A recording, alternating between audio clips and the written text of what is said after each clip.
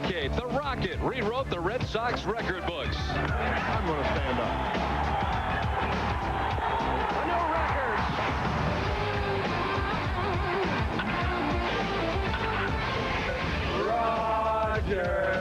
Roger. In a monumental move, Clemens became a Yankee. Won 2 titles and now needs just 2 wins for 300.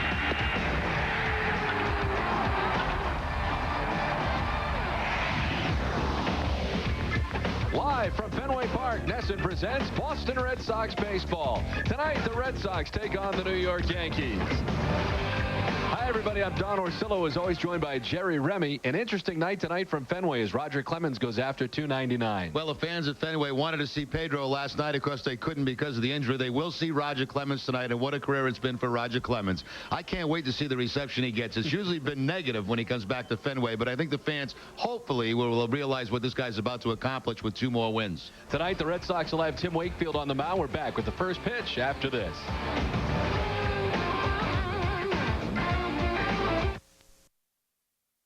West Airlines.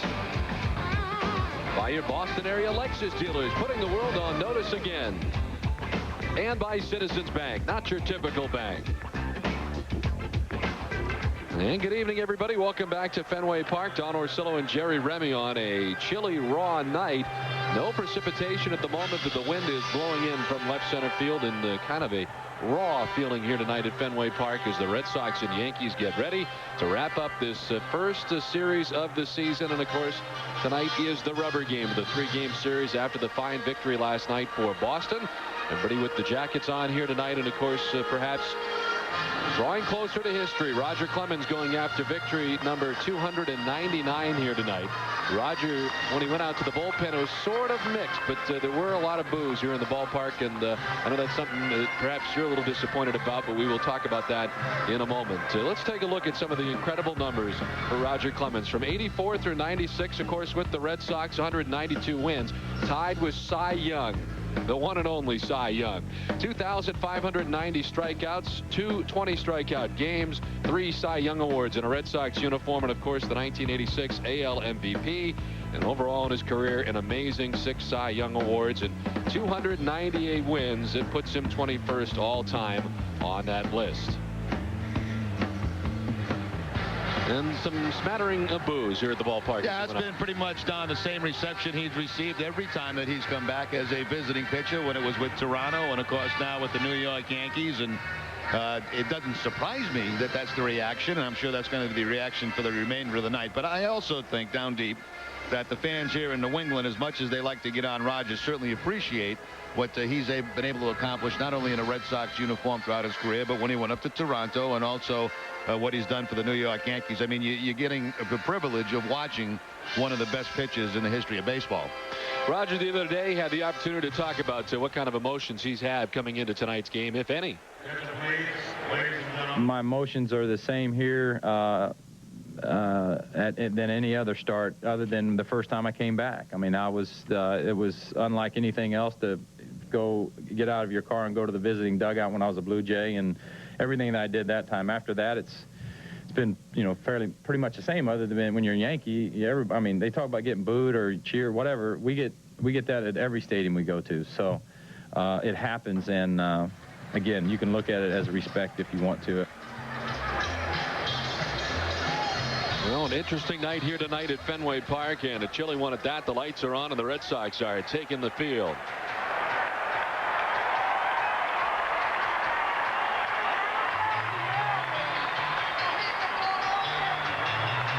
Let's take a look at the visiting New York Yankees starting lineup tonight. Alfonso Soriano to lead it off at second base. Derek Jeter at shortstop, 4 for 10. 3 ribbies in this series. Jason Giambi at first. Bernie Williams in center. Hideki Matsui in left. Jorge Posada does the catching with Robin Ventura at third. Raul Mondesi in right field. And it's Todd Zeile, the DH tonight, batting ninth. The Red Sox defense is brought to you by your Boston area Lexus dealers. Tonight it'll be Bill Miller at third base. Nomar Garcia Parra, the shortstop. Todd Walker at second and Shea Hillenbrand at first. Left to right, Manny Ramirez Johnny Damon and Trot Nixon.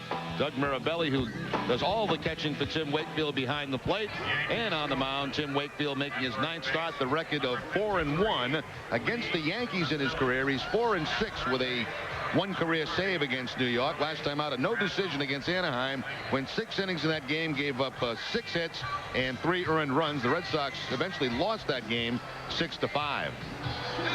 And the 4-man crew tonight consists of Dan Iasanya behind the plate, Alfonso Marquez at first, Rick Reed at second, and Tim Sheeta, the umpire, at third.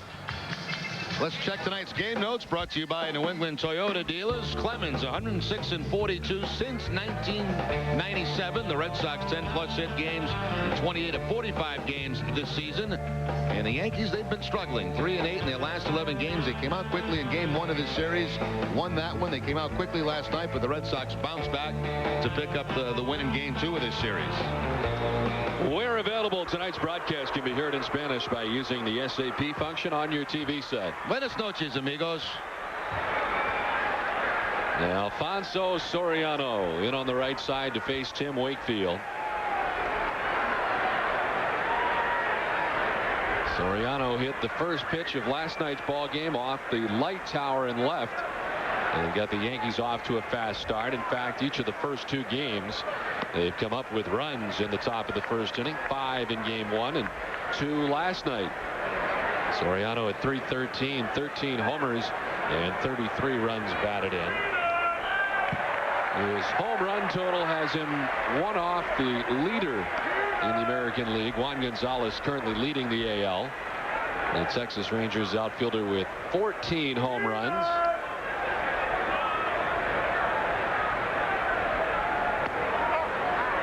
Two and 1 now to Soriano.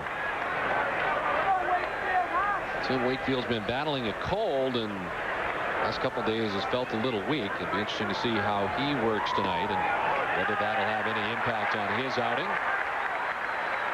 Well, even though the bullpen started a game last night, they're still in pretty good shape, because the only guy not available, Don, as you know, is Bruce Chen, who started the game last night. Popped up left side. Omar Garcia Parra equidistant between second and third for out number 1. Shortstop, number 2, Derek Jeter.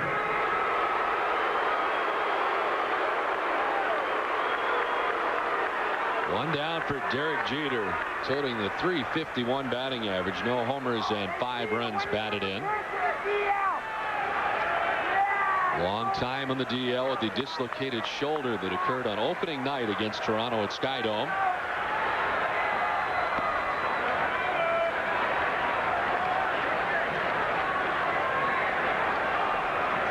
Jeter has 3 home runs in his career off Tim Wakefield, and a pretty good average.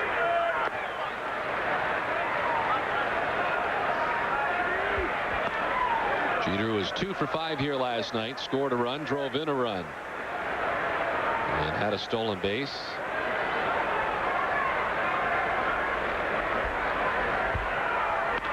On the ground, and to his left goes Bill Miller. Plants and throws, and plenty of time to get Jeter 2 down. One of the few times Wakefield will give in with the fastball. A 2-0 count. Instead of going the curveball, he goes the fastball and gets the ground ball out from Derek Jeter.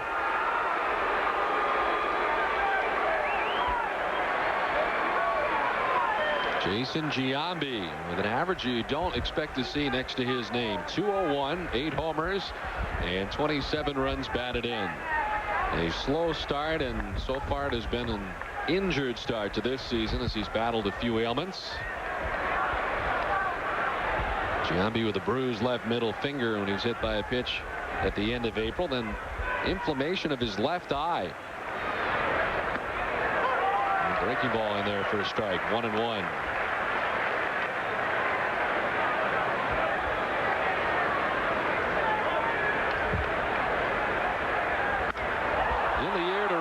Nixon is headed back. This is carrying very well. It'll carry itself out of the ballpark. A solo home run to right field for Jason Giambi, his 9th. And for the 3rd consecutive night, the Yankees have scored in the first.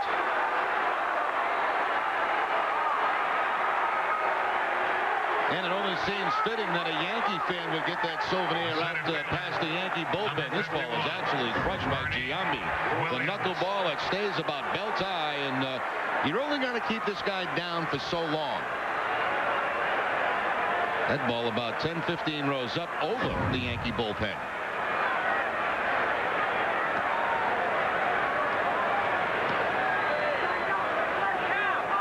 Bernie Williams with 2 outs and a run in. 292, 7 homers and 31 runs driven in. As he hacks at that one to even the count at 1-1. Yeah, Bernie, the switch hitter, elects to hit right-handed against Tim Wakefield.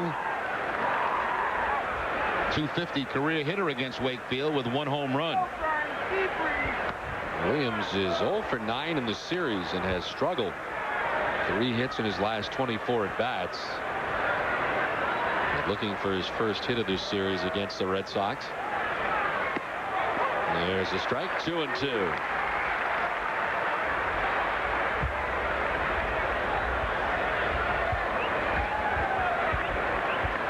For Wakefield, the 8th home run he's given up this season.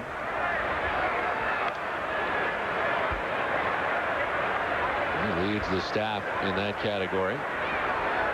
As Jason Giambi has taken him deep in the first. Bernie Williams strikes out. Yankees get a run. They get 1. Red Sox coming up.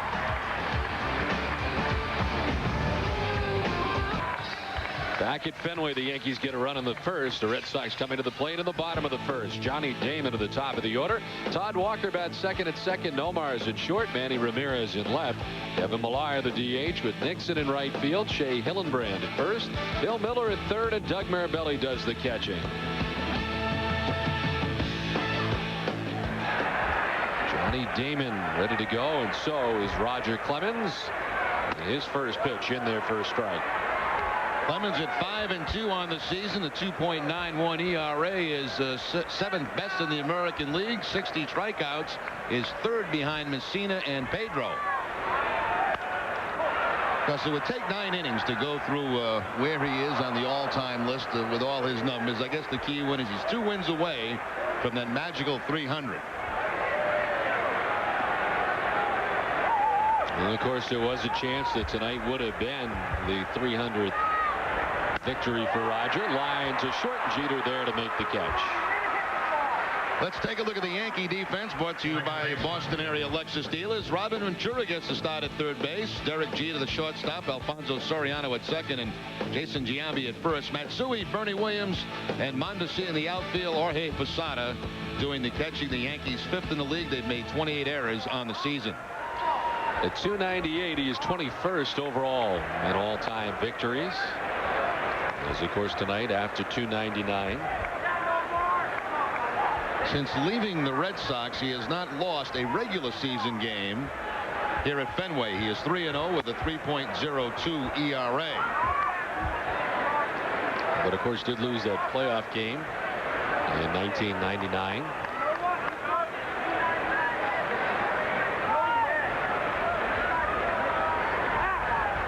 One to Todd Walker. A little flare out towards left center field. Williams on the move. It'll fall for a base hit. Walker aboard, the first base runner of the night for the Red Sox. Well, the outfield right now pretty damp. They've had a light mist or rain just about all afternoon here. And that ball, even though it was hit pretty high, was slicing away from Bernie Williams in center field. Drops in front of him for the base hit.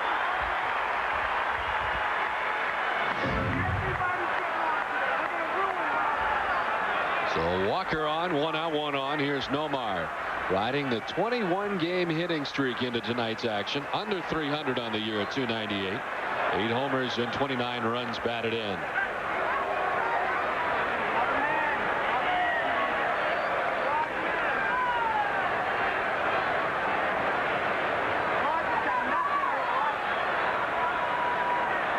Nomar had just 152 in his career against Roger Clemens. And another check on Todd Walker.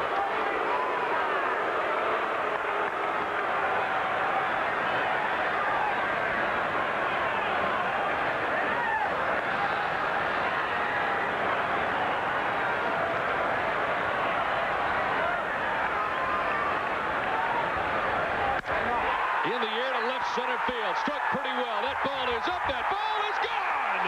A 2-run home run for Nomar Garciaparra. The hitting streak at 22 straight, and the Red Sox take a 2-1 lead.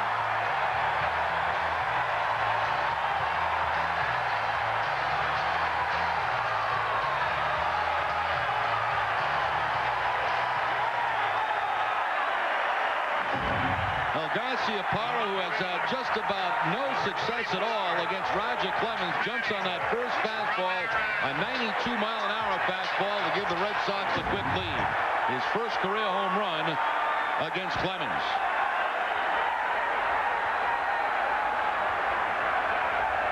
The longest hitting streak in the major leagues has been extended as a result of the 2-run home run. Here's Manning.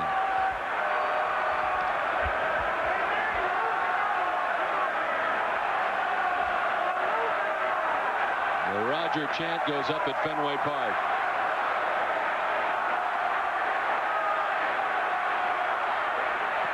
And he fooled on that pitch down 0-2 very quickly. Now, the reason that Roger is not bidding for win number 300 tonight is that last time out against the Texas Rangers, it lasted only 5 innings, giving up 6 hits and 5 earned runs. And 10 strikeouts in that game. Remarkably, had 10 Ks. He did also walk 5 in that contest. So the combination of 5 walks and 6 hits led to 5 earned runs. But here, a 2-run home run for Nomar Garciaparra. And with one swing of the bat, the Red Sox are on top.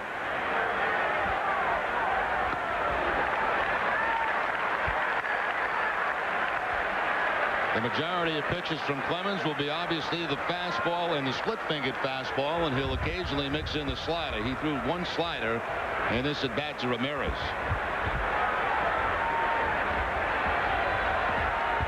His numbers not terrific against Clemens either at just 175, and he strikes out this time. 2 down. That's the splitter there from Roger Clemens. Number 15, Kevin. Breaks down and into Ramirez.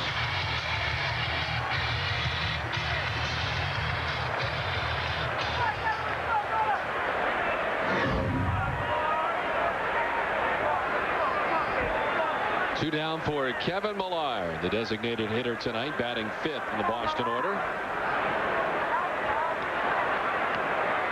Millar checks in at 291, 5 homers and 24 runs batted in.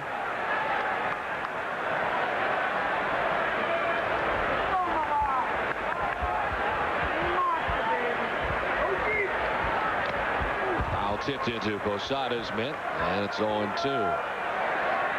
Millar has hit safely in 14 of his last 15 games.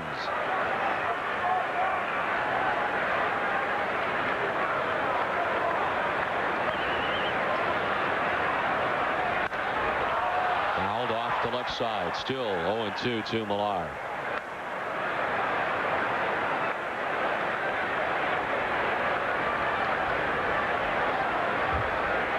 Two down, nobody on for the Red Sox. And the 0-2. Missing down low to Millar that time. Roger Clemens coming in at 5-2. 2.91 earned run average, and now into double figures in terms of appearances this year. Tonight marks the 10th of the season.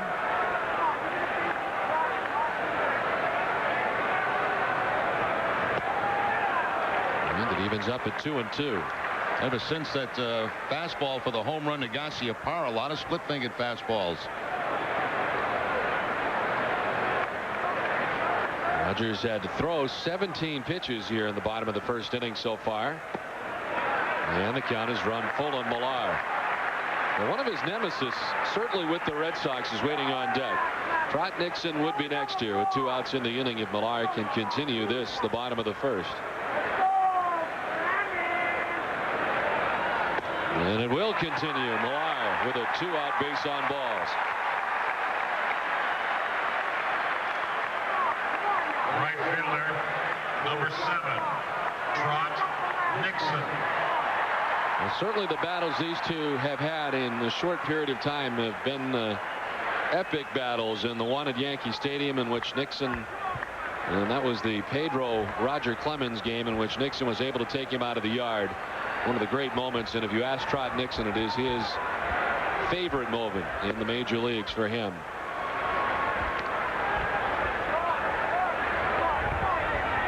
Nixon, a .375 hitter against Roger. The home run I spoke of is one of 2 that he's had off Roger Clemens.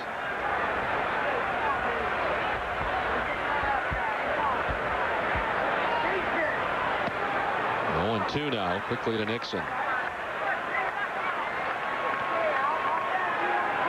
Well, the Red Sox have averaged 6 runs per game.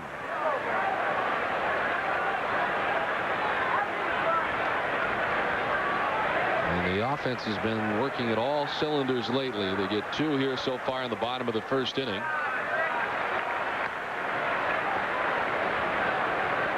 Red Sox are second only to the Toronto Blue Jays in hitting. The Blue Jays hitting collectively at .292. Red Sox come in at .291. The Yankees are 5th, hitting at .276 as a club.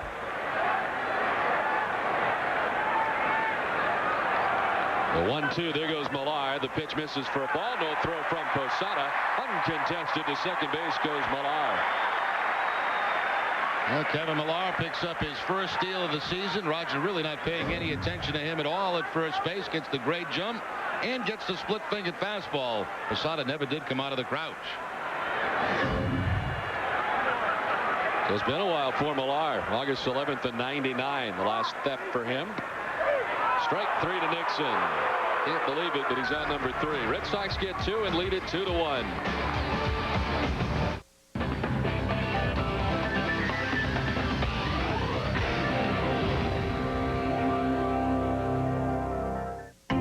When the liquid-fueled rocket was invented, WPI was there. Breakthroughs by Worcester Polytechnic Institute graduates have made the world better. When the airbag was developed, WPI was there. Our unique curriculum engages students in technology and society. When early antibiotics were created, WPI was there. They emerge well-rounded, ready to make a difference. When tomorrow's innovations are made, I'll be there. Worcester Polytechnic Institute, the University of Science and Technology and Life. Don Orsillo and Jerry Remy back at Fenway. Wakefield ready to go, and Hideki Matsui in there for the first time tonight. It is a 2-1 Boston lead, and it is our pleasure to welcome to the booth tonight from CBS Mike O'Malley from Nashua, New Hampshire. Yeah. A New Hampshire guy in the house. Hey, thanks for having me up here, guys. CBS in the yesteryear. Now, you may remember him, certainly sports fans, from ESPN as The Rick. Yeah, that's right, The Rick. That was pretty cool. You had to enjoy that. Well, you know, it's great playing a fanatical fan, if there is such a thing as a fanatical, but that's certainly me with the Red Sox. And it's great to be here with you guys. I watch the games on the satellite out in L.A. It's just fantastic to be here. I know how much your listeners love to have actors make commentary on on baseball games. So, hey, why not me? You had a chance to do commercials with Garcia, Power, and Jeter, too, right? Right. Exactly. I did a couple commercials for Fleet Bank with Nomar and Derek last year, and they're fantastic guys. I mean, really just good, solid dudes. Now, was that all set up for television? Were they actually in the same place at the same time? They actually were, but you know what's interesting? Matsui chops to second, and Walker will throw out Hideki Matsui for out number 1. What's interesting about those ads was I had to talk to the back of some stand-ins heads. They weren't there. Ah. So when the camera was on me, those guys weren't there, but I had to be there for their close-ups. The magic of television. Yeah. It's 1 down in the inning. Posada, the next hitter. Now, you are nicely sandwiched, as you pointed out, between the King of Queens and Everybody Loves Raymond. Everybody Loves Raymond. So it works out great. It's a good time slot for you. Well, yeah, I've tried on some other sitcoms that didn't go so well, and part of it was the time slot, so it just happened to be there. Although we're moving to 8 o'clock next year, we're going to have to try to lead off the night. So. You actually had a show on NBC that was your name. Yeah, I mean, that's it lasted cool. 2 episodes. Thanks for bringing that up. I appreciate that. Yeah. I mean, I'm sure it was great. I know it was canceled, but I'm sure it was terrific. That's what my parents thought, certainly, and my wife. But, you know, actually, when that show got canceled, I came here in '99 to watch the game between, I think I paid $500 to scalp my ticket and watch Clemens get rocked. That was one of the most enjoyable things I've ever been a part of. Shot to short. Nomar will throw out Posada. And there's 2 down in the inning. Of course, Raymond's getting all the bucks over at that station, right? He is. New contract. Yeah, he's getting like $1.8 million a year. I'm just hoping I get like I don't know, 1/50th of that. That'd be kind of nice. They spread a little of that around. Told you are a UNH grad as well. University of New Hampshire grad, and I was disappointed that UNH didn't win in the hockey finals this year. But you know, they got close. Well, Lively Snively is no longer, I'm told. Yeah, well, they got a new field house up there. It's pretty nice. They should have built it. You know, all the people from New Hampshire love going to the hockey games. It only fits 6,000 people. They could probably build it for 20 up there. I'm sorry. No, go ahead. I was just going to tell him about Robin Ventura. Yeah, why don't you tell him about the game? All right, Robin Ventura is in there with a count of 1-1, 2 down. Visiting with Mike O'Malley from CBS and Yes Dear. Now, do you go to some Dodger games out in L.A.? I got some tickets with some friends to some Dodger games. It's not quite the same passion, It isn't. You know, not that many people show up, and they certainly don't get riled up. I think it's because you can get Caesar salads behind home plate. Sushi. That might have something to do with it, yeah. Well, they get there in the 3rd and they leave in the 7th. Yeah, not a lot of time to spend. No, there's not a lot of rally caps out there. Did you see the ESPN boys are here? Now, did you rub elbows with them when you were there? I haven't talked to them yet, but somebody told me that Bucky Dent's going to be hanging out in the Green Monster seats. I may have to go save him from getting thrown down onto the field. If I was Bucky, I wouldn't go up there. Well, they got him in a seat that's a lot farther away than where his home run landed. Strike 3. Michael O'Malley, thanks for stopping by. Guys, good luck. Thanks for having me. Thanks a lot. Back at Fenway, 2-1. The Red Sox on top of the Yankees. Clemens back on the mound, dealing with the bottom 3rd of the Red Sox order. Hildebrand wastes no time. 2 Hopper to Jeter, and he's quickly 1 down. Red Sox baseball on NESN is brought to you by Bob Stores. We know our customers and the brands they live in. By Coors Light, cold, down, easy. And by Volvo, the official vehicle of the Red Sox. 1 down for Bill Miller, who bats 8th tonight for the Red Sox, getting the start at 3rd base.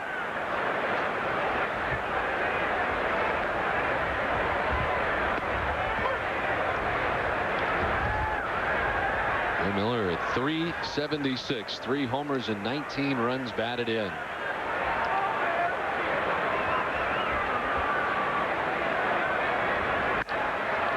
He goes right side with it to Soriano. Throws out Miller. 2 down. Well, game time is Miller time at Fenway and on NESN. Stop by a participating Fenway area retailer before the game, and you can win free tickets to the game. End up on NESN in the game time is Miller time. Fenway seats.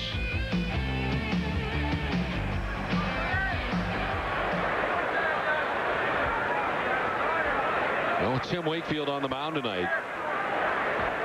Catching him is Doug Mirabelli, and he has been catching Tim Wakefield all season. And he bats here 9th with 2 down in the bottom of the 2nd inning.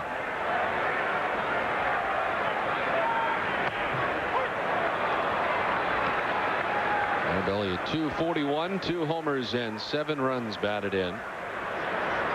And over the last 14 games, he has been hitting at .317. It's really been after his 0 for 15 start. Doug has been hitting at a much better clip over the last 14 games, and that's included 2 home runs. This is line to left. It'll get over the head of Matsui. 1 hops the wall. Mirabelli thinking about 2 and heading into second with a stand-up 2-out double.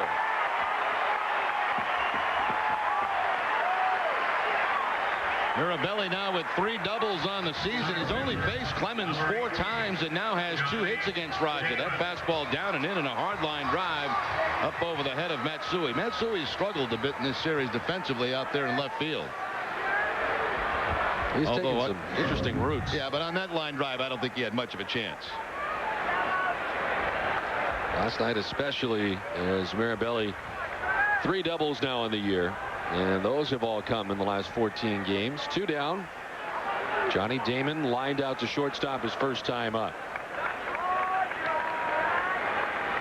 Damon has now hit safely in 8 of his last 9 games.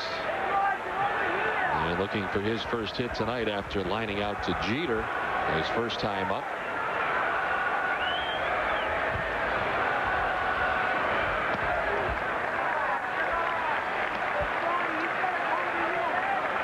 Roger is slated to go Monday in New York against the Red Sox again.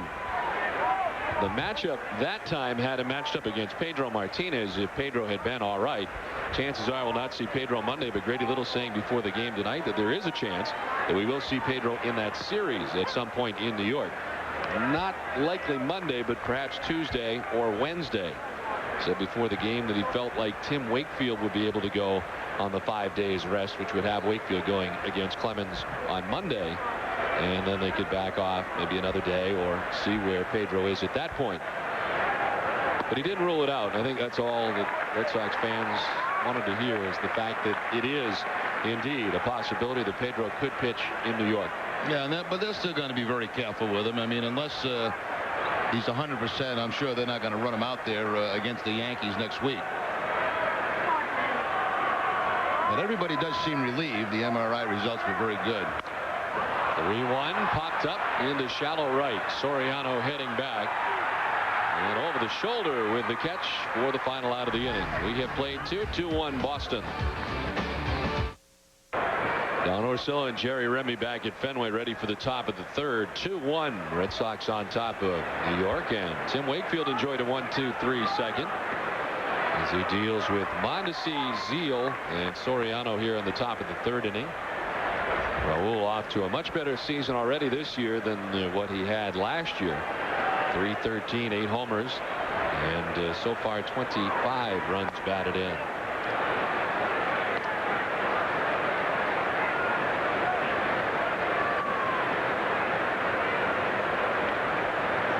Wakefield with 2 strikeouts through the first 2 innings. He has ended the first and second inning the same way. Struck out Bernie Williams to end the first. He struck out Robin Ventura to end the second inning. Almost hitting Mondesi that time.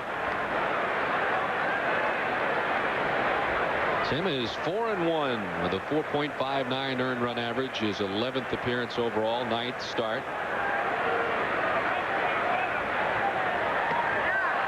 Mondesi with a big hat lunging. Yeah, Wakefield now 1 win away from tying Tex Houston and Bill Monbouquet at 9th on the all-time list. Wakefield with 95 as a Red Sox. And the first walk of the night given up by Tim Wakefield. Well, tonight on NESN, tune in to Boston Globe Sports Plus. Guests include Ron Borges, Nick Cafato, and former Red Sox infielder John Valentin, plus a one-on-one interview with Roger Clemens tonight after Red Sox baseball on NESN. That is live, and that is from the place.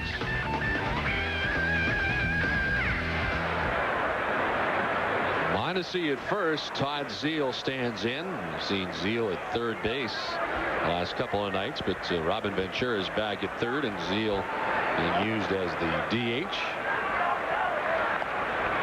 The veteran hitting at .209 this season, 4 homers and 13 runs batted in.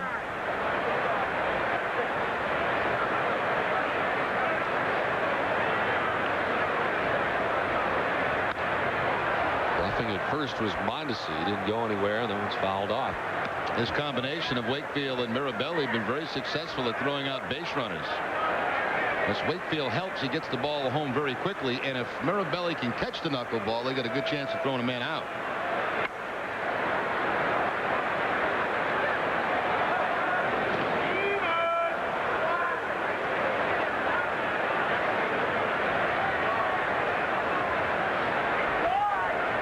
Apparently Mondesi doesn't like the traction out here. That's what he's pointing at. It appeared to be the dirt and trying to get back. Zeal takes it the opposite way to right center field. Over moves Nixon, and he's there for out number 1. Well, H.B. Hood is rooting for the Red Sox and kids throughout New England. Each time the Red Sox strike out an opponent, make a double play, or hit a home run at Fenway, Hood donates $100 to the Hood Home Team Advantage Fund, which in turn benefits children's hospitals all over New England.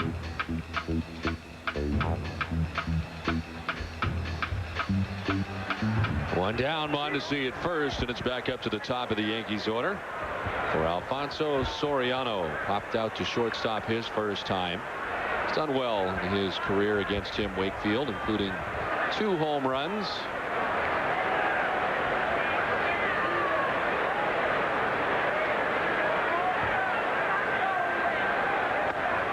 And the pitch out, nothing doing. Mondesi still at first base.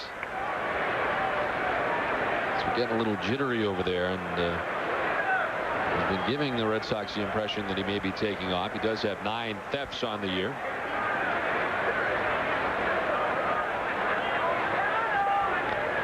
It's away from Mirabelli. Back to the backstop. Mondesi will round second.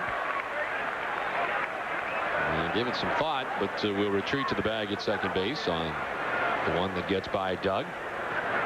Well, I'm sure Mondesi prefers to get there this way. There's a knuckleball. Tried to backhand it to Mirabelli. Gets by him. Mondesi, you could see earlier complaining about the traction out there where he gets his lead. Well, didn't have to worry about it that time. He ran right over that traction. Wild pitch charged to Tim Wakefield has Mondesi in scoring position with 1 down.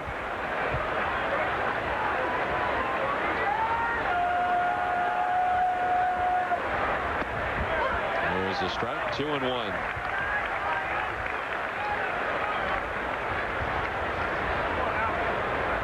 Soriano hitting a solo home run here last night as Wakefield goes back and bluffs. Trying Mondesi back towards the bag. Home run last night, the 13th of the year for Soriano. It is the 5th time that he has led off with a home run this season. Now a pickoff play. Mondesi has to dive back at first, and a nice play by Walker to keep that from center field. For the longest time, Walker was standing right at second base, and Mondesi kept on increasing his lead, so they tried the pickoff, and a nice play by Walker to save this ball from going into center field. It's going to one-hop him, has to make the backhanded play.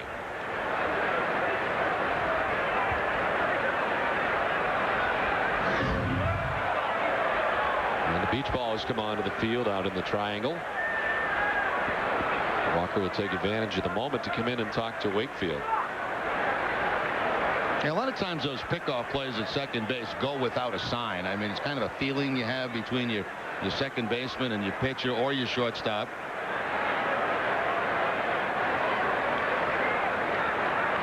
The problem is when the feeling is not mutual.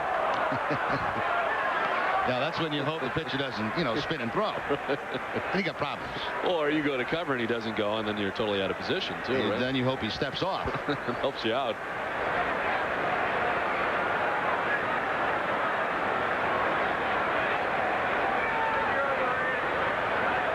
Mondesi's still doing a good bit of dancing at second base. He's grabbed the attention of Wakefield. And Soriano pops it up foul off the right side. Yeah, it looks like he's trying to time Wakefield, and Wakefield's done a good job of changing his tempo and not allowing him to get that running lead. There's all kind of different ways to give signs. Some go directly between the infield of the pitcher. Some will go from catcher back to the pitcher. If a pickoff play is put on, second baseman might give it to catcher. He'll then give it to the pitcher. I don't know how anybody remembers all that. That's not that difficult, really.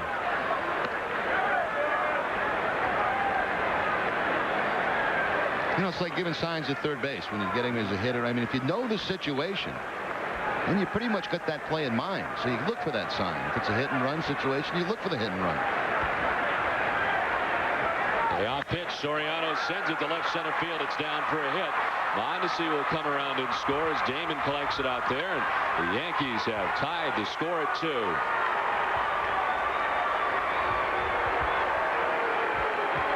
Well, Soriano just continues to impress. Number 2. Knuckleball, line drive to center field. Soriano picks up his 34th RBI of the season. And because of the wild pitch, Mondesi in scoring position, he scores easily to tie the game. Well, he has been very successful, certainly on the road, with 27 ribbies. That'll be his 34 now in the season for Soriano. Runner at first, one down. Jeter standing in there. He will check on Soriano first. Always the chance that he'll be taking off. And he's got 10 steals. He's been caught twice. And 41 thefts last year. Led the American League in stolen bases a season ago.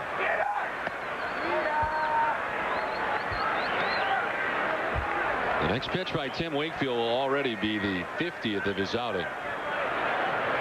Through 2 and a third inning so far here tonight.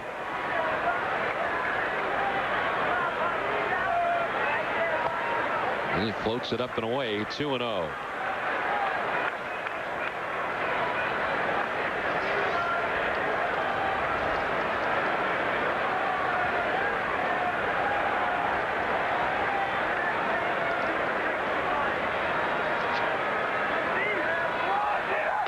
Soriano bluffing at first as Jeter takes the strike.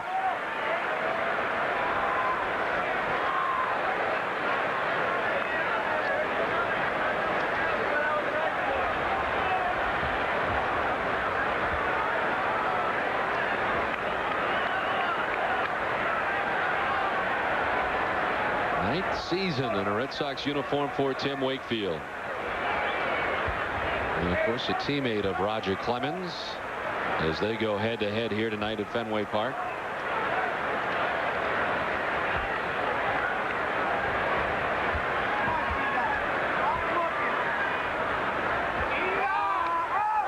Sliced foul back to the backstop. 2-2. What kind of leader was Roger when he was here? Pretty much quiet. You know, a little bit different pitches, obviously, working once every 5 days, and pretty much on their own programs between starts. So it's, you know, I would say a quiet leader, lead by example. More for the pitchers and the position players, or for everybody? I would say that obviously it was helpful to the pitchers that were here. In the air to left center field. Incoming is Damon. Johnny will get there for out number 2. I guess my point being, and you probably should have asked Tim Wakefield perhaps before the game, but I wonder what kind of impact he might have had on a Tim Wakefield at that stage of his career.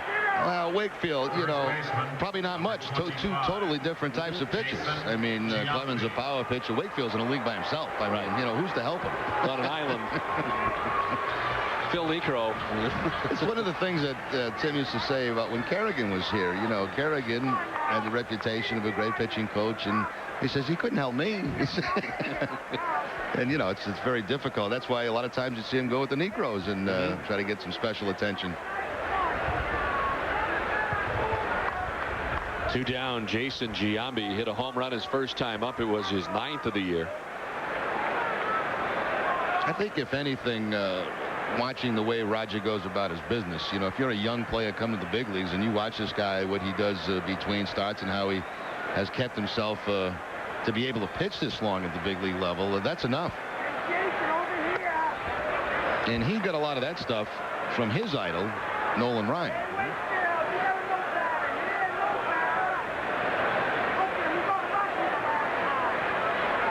His workout regimen has been well documented, and he certainly took Andy Pettit under his wing, and Pettit has kind of subscribed to that workout theory. And therefore a strike. And you have to believe that Roger grabbed a great deal of motivation from the end of his Red Sox career, certainly what he did in Toronto and then what he did here in New York. Seemed to resurrect his career as that will miss to Giambi. Surrounded the plate, and it's 3-1. Now Wakefield gave in on the 2-0 with a fastball. Let's see what he does here. 3-1. Knuckleball just outside.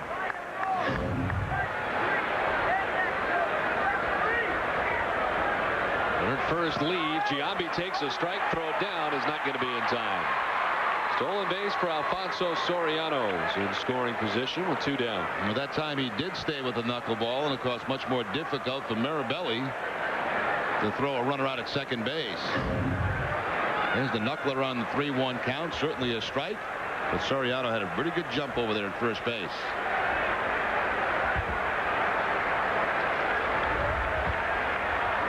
And full count 0-2. Giambi.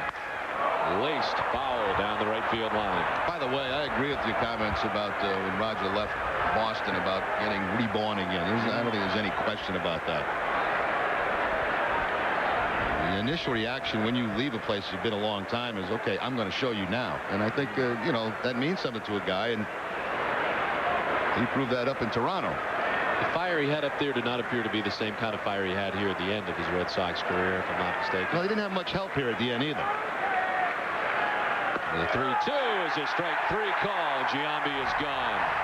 So the Yankees, they get a run. We're now tied at 2. Back at Fenway, ready for the last of the 3rd inning. Now tied at 2 as the Yankees gather a single run in the top of the 3rd inning. And Todd Walker leads it off. Walker, Garciaparra, and Ramirez face Roger Clemens here in the 3rd inning. Walker singled and came around on the 2-run home run by Garciaparra in the 1st, and he's got another hit here, this time to lead off the last of the 3rd inning.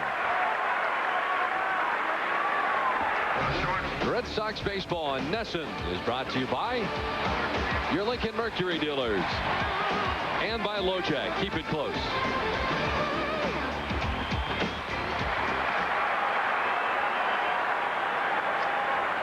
So Todd Walker has 2 hits tonight as aboard to begin things here in the bottom of the 3rd.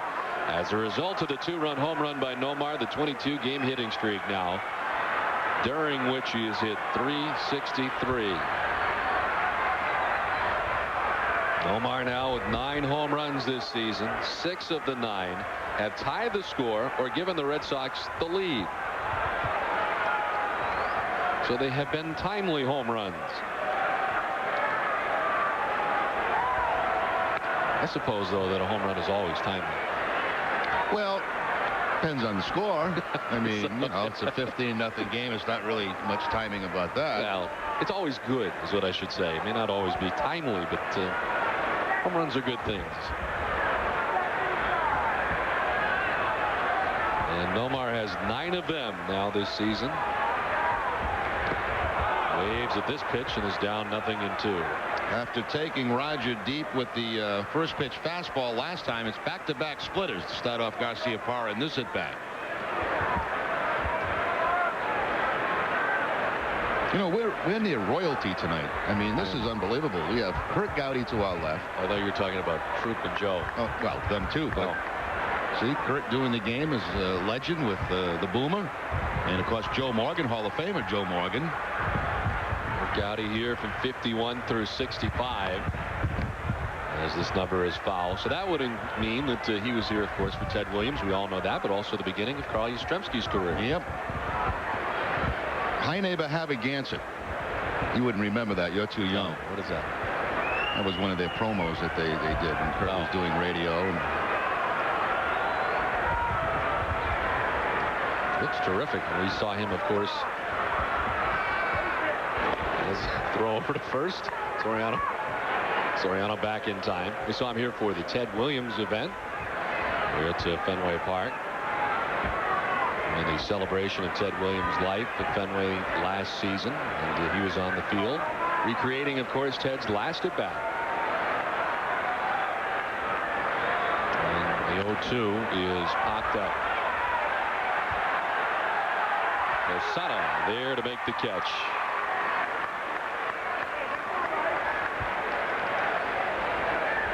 Let's check in with Tom Caron. Tom?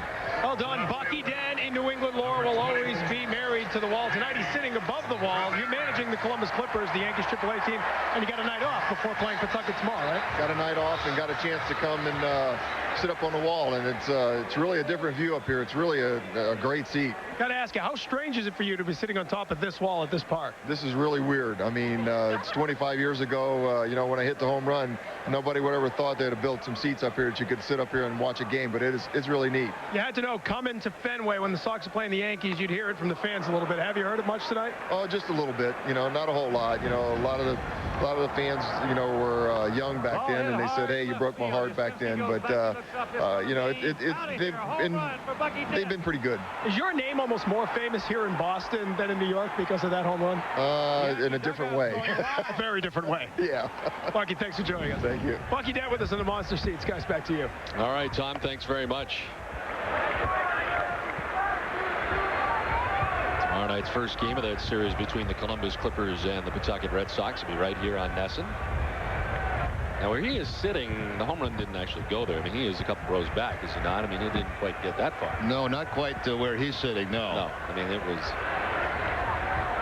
Where is he anyway? Oh, he's to the right of that target. No, he didn't go anywhere near that place. He was down in this area over here, just kind of scraping. I saw your eyes start to twitch again. You're all right? No flashbacks for the moment. You're still okay with it? Way over there. Bucky's a terrific guy, and he was a terrific player, too. Very steady. You mentioned, I think, in the pregame, I hear voices often, but I think I heard you say that that it was not that was the reason you lost. No, absolutely not. I mean, that made it a 3-2 game. That didn't help any by any means, but that was not the backbreaker, that's for sure.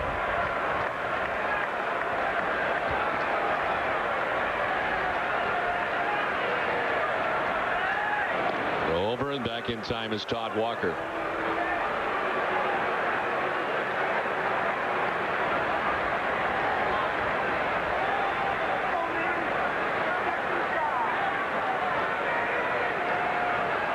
Anytime you see Kurt Gowdy, you think of all the great calls over the years. Certainly I do. I don't know how many of you remember, but there are some great ones.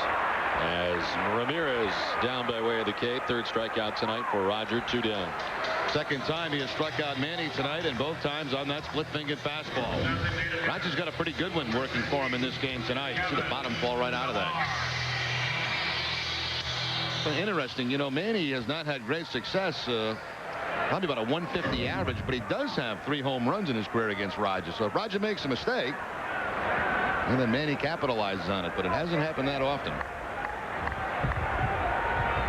Kevin Millar batting with 2 down, and he will pop this up foul above us.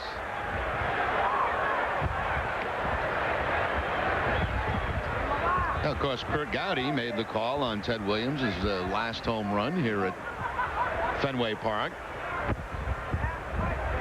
And then right after that, of course, Ted announcing his retirement. They were very close. Did a lot of fishing together.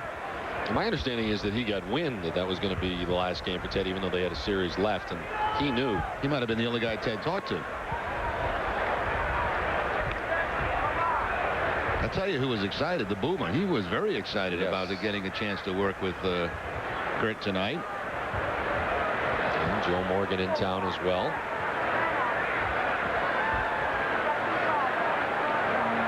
ESPN using a series of legends around the country this year, part of their Wednesday night baseball packages. Well, you mentioned the last at bat. Let's take a look. 1 out, nobody on, last of the 8th inning.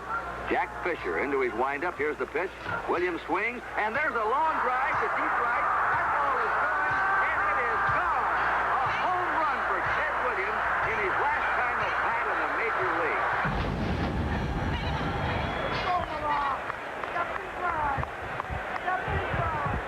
The Cowboy. He did a movie recently, Summer Catch, movie about the Cape League that he was in and did a terrific job in. And 2-1 swung on and missed, and it's 2-2. I think I saw that. Was that Freddie Prinze Jr.? Yeah, he had the girlfriend and all that stuff. I thought it was a great movie right till the end, and then they just kind of lose it. It becomes a little unrealistic, but it was really good. I mean, I've never been to a Cape League game, embarrassingly enough. And I would love to go. I saw that movie like you got to go way at the end of the dial, like on your cable. It comes on one of those stations. Fouled off the right side, 2-2. There was a line there that I'm not going to use, but 2-2. You know, I enjoyed the Great Outdoors show too. That was when I was growing up. That was great. The fishing shows. They also said that Ted was the best angler.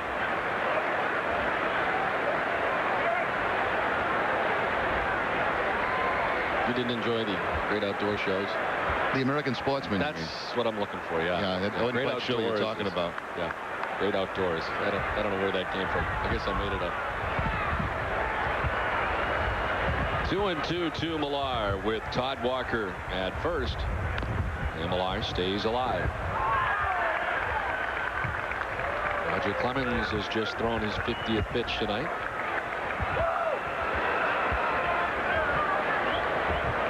In a typical Roger fashion, very deliberate. Goes at his own pace on the mound.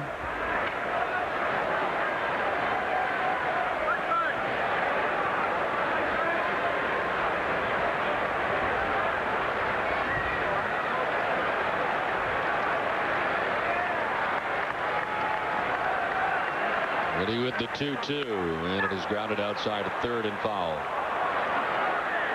Has catchers ever made a big difference for him? I know Rich Gedman was a guy that caught one of it. It was a guy that he was a regular with. Of course, Hasselman caught his second 20 a game, but does it matter? I don't think so. No, I've never heard him really have a preference, a name, want to have a guy named as his catcher. That never did come up in his time here at Boston.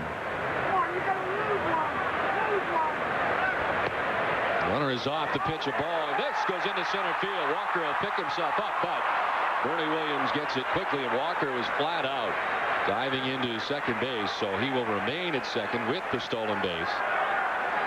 And a full count on Millar. Well, Posada knew that he had to be quick on this, and he just lets it fly. Not even close to the second base bag. Kind of a side-on delivery. It just tails way past Soriano. And the stolen base for Todd Walker, his first of the season. To the go-ahead run in scoring position here with 2 outs to 3-2. Millar strikes out. 4th K for Roger. Red Sox gone in the 3rd. Played 3, tied at 2.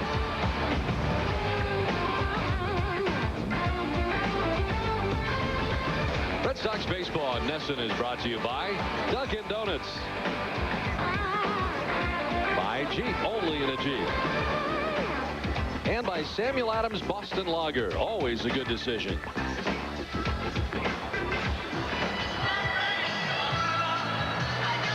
Back at Fenway, tied at 2.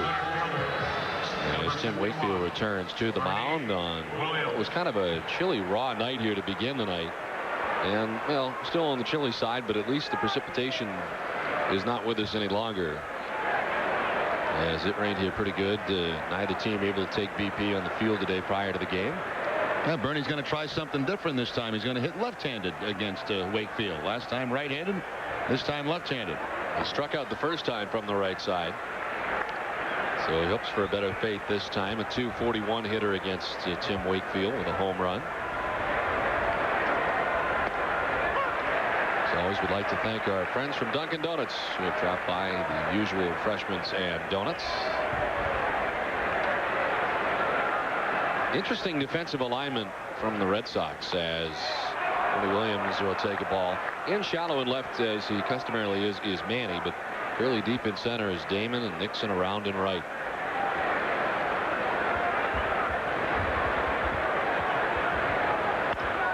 To center, and Damon has it positioned perfectly. Coming on, makes the catch, below the cap high.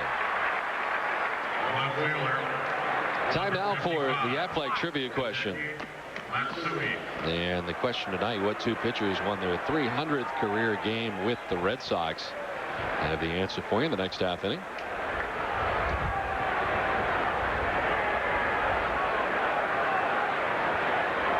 Hideki Matsui grounded out to second base his first time. Kind of neat. I noticed that a lot of the Japanese press that is here and the camera people, especially the photographers, the only time they care is when he comes up, and I guess you understand why, but he comes up and they are taking all kinds of pictures. As soon as he goes back to the dugout and it's no longer a factor, they don't even really watch the game. We have this press room located on our level, and it's loaded with like all kind of monitors, TV monitors. I guess that's the stuff that's going back to Japan.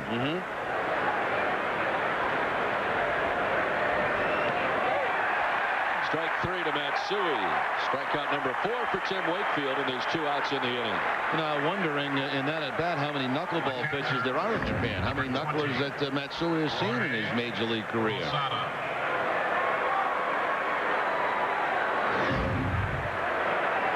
Yeah, they don't miss anything. I mean, they start as soon as the Yankees come out to stretch prior to a game. They're all over them, taking pictures and film and everything else, and it never lets up the whole night. Like a reality show, you know. It's like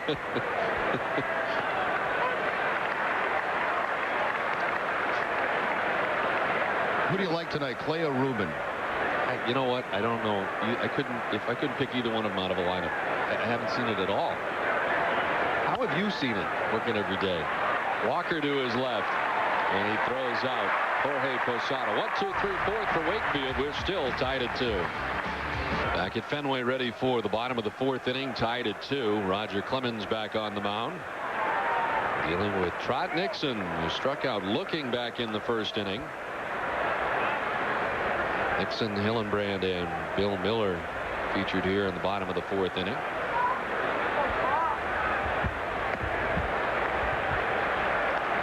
I think the thing that I've always enjoyed about Roger is the intensity that he brings to the game, and a little bit of old school.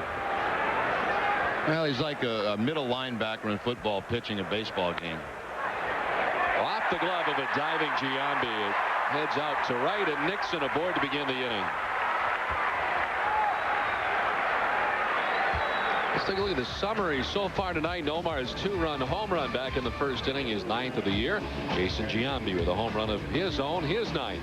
Soriano with an RBI single to tie the game, and we're tied at 2. Wakefield 4 innings, 2 runs. He has struck out 4. Roger over 3, giving up 2 runs, and he too with 4 strikeouts.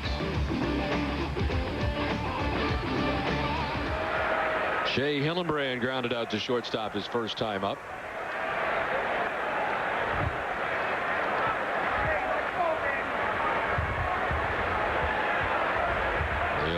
Nixon a base hit on that play at first base, as Giambi had to dive to make a bid, and it went off his glove, but a hit for Nixon.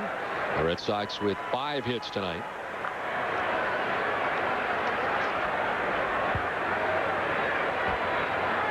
Red Sox had 11 hits last night, and with the 11 hits, the 28th game that Boston has had 10 or more hits.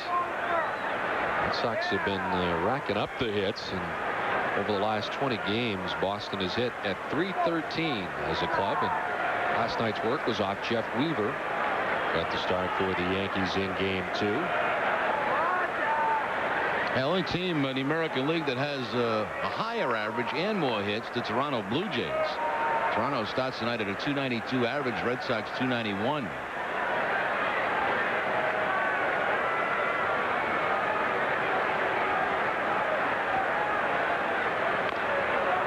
Fouls it off. 1 and 2 now to Shea. And we'll see Toronto again on the next road trip. New York. It's a doozy. I was looking at that today. Yeah, where do we go? New York, Toronto, Pittsburgh, Milwaukee. Milwaukee, yeah.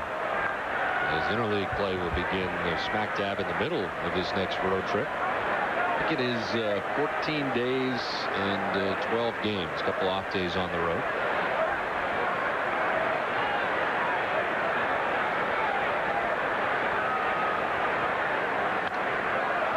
The right side. They had to figure a big one was coming up with the length of this homestand for the Red Sox. They still have the 3 games left with the Cleveland Indians over the weekend after an off day tomorrow.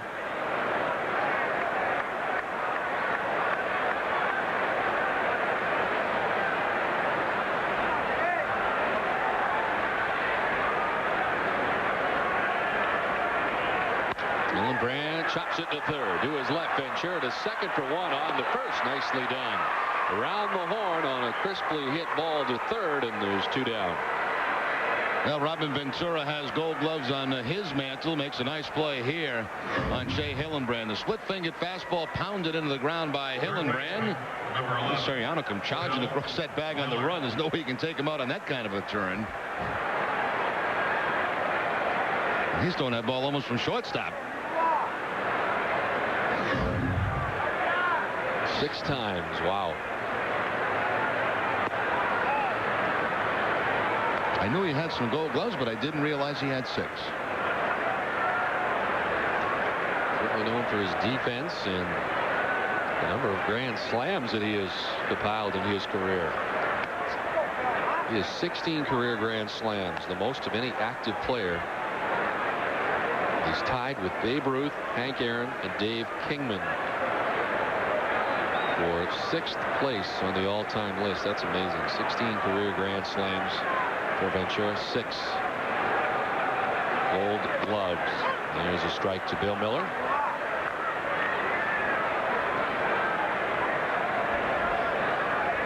Quite a month for Bill Miller, the month of May.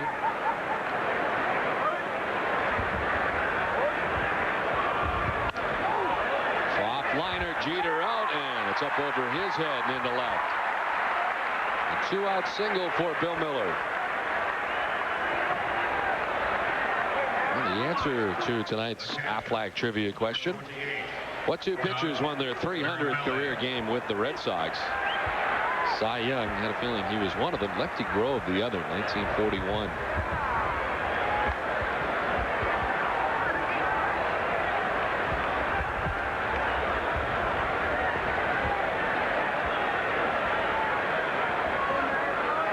Doug Marabelli doubled his first time up. 350 over the last 7 games for Doug.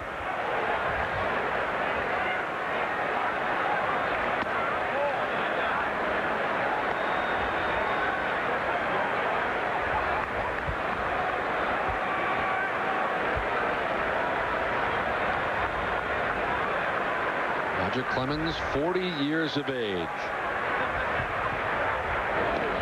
Throw over to first base. Miller back in, plenty of time. You hear a lot about his workout regimen. I wonder how much it has changed over the years and whether it has increased as the older he has gotten over the course of his career. I'm sure it has, and I'm sure it has, especially in the off season. I guess it has to change after you get, what, about over 30 or somewhere in your early 30s, a little bit from what you've done over the years? I'm not asking you because you're an older guy. I'm wondering. I didn't make a comment. No, but it was the face of me. I can't see the face. I got a face. No, obviously, the older guys get, I mean, the harder they have to work. And players today are playing much longer than they did in the past. Now, you know, a lot of these guys now have personal trainers. I mean, they'll take care of them in the off season, put them on diets, work their workout routine, and you know, obviously they're more motivated in some ways because they have a lot of things to look forward to, you know, big paychecks and long careers. 2-0 to Marabelli. It's in there for a strike. And it used to be when you rolled around 30, 31, you were old for the game. Well, I mean, many players now are playing late into their 30s and being very, very good players. David Wells turning 40 yesterday. A 2-1 to Marabelli. He's in there for strike 2, and Rogers evened it up at 2-2. Paul Carroll tells me there are 13 players in the big leagues now over 40 years old. David Wells just turned 40.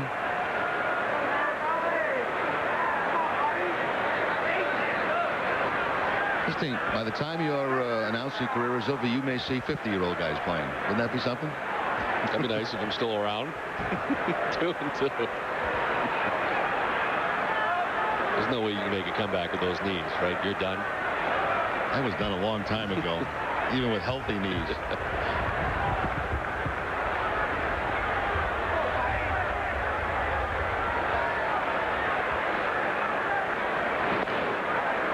Check Ricky Henderson to what, 43, 44 years of age, still trying to come back to the major leagues. I don't quite understand that. First ballot Hall of Famer, and I don't know. You know, sometimes it's tough to give up. 2-2. Sliced foul off the right side. Hamilcar had a funny line one time. We were talking. He said his basketball career was just about over, and he said, well, now I can start my baseball career because in baseball I'm still young.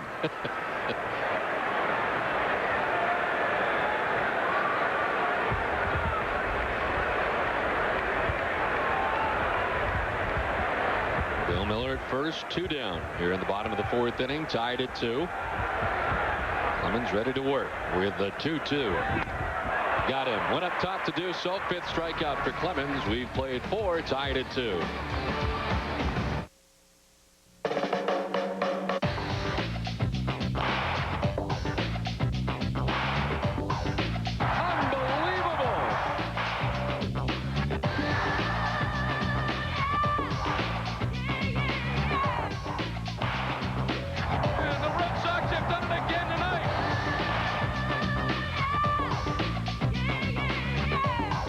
Sunday, Sox Indians coverage at 1:30 on NESN.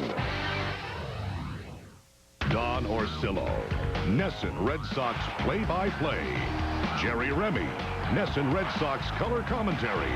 New England's Red Sox broadcast team on NESN. We've got your Sox covered. If you don't move it, you're gonna lose it. The best values in America from Dodge. It's your big chance to get great savings on Dodge Caravan, the best-selling minivan ever. From now until June 2nd, you can grab cash allowances of up to $3,500 or 0% financing for 60 months. Plus, get Dodge's fully transferable 770 powertrain limited warranty. Products, protection, deals. They're the best values in America. So get up and get going. See your Dodge dealer by June 2nd. Live and in your living room, Led Zeppelin. For the very first time, experience their greatest live performances through 2 exclusive new offers. How the West Was Won, a live 3-CD set that captures Led Zeppelin in their prime. Plus, the Led Zeppelin 2 DVD set featuring never-before-seen performances. The DVDs are packed with 5.5 hours of footage and performances you can't find anywhere else. Going to California with an aching in my heart. The 3-CD set, How the West Was Won, finds the band at the height of their astonishing power. Get the Led Zeppelin 2 DVD set and the 3-CD, How the West Was Won now. You'll also get a bonus Led Zeppelin poster free with your paid order. To order, call the number on your screen or log on to MusicSpace.com. Back at Fenway, tied at 2, ready for the top of the 5th inning. Tim Wakefield has retired 5 Yankees in a row and enjoyed a 1-2-3 4th inning. Robin Ventura, Raul Mondesi, and Todd Zeile featured here in the bottom of the 5th. Rather, the top of the 5th. This is slowly rolled towards Hillenbrand at first. He'll take it alone for the inning's first out.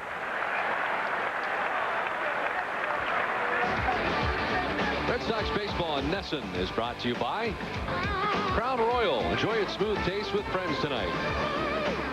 By New England Toyota dealers. Get the feeling. And by Citizens Bank. Not your typical bank. 1 away, 6 in a row. Retired by Tim Wakefield. Raul Mondesi, who's hit at just 190 against Tim Wakefield, and his career as a member of the Toronto Blue Jays and also with the New York Yankees. And faced him as a member of the Dodgers at 1.2.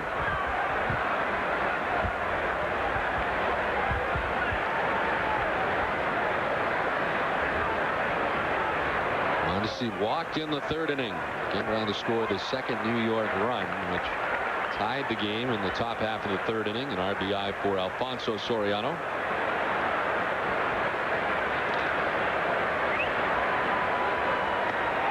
Big swing from Mondesi, and he strikes out. 5th K for Tim Wakefield.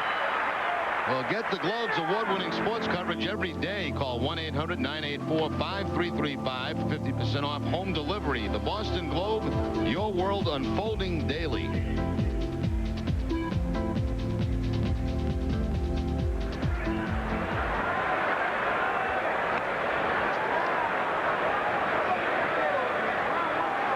Tim Wakefield has thrown 75 pitches tonight through 4 2/3 innings. And he has 5 strikeouts and now deals with Todd Zeile, number 9 hitter. Yeah, matching Clemens in the strikeout department. Both guys with 5.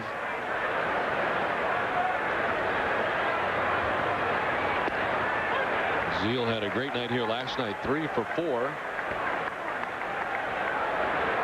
He's 0 for 1 tonight as he flied to right field his first time up.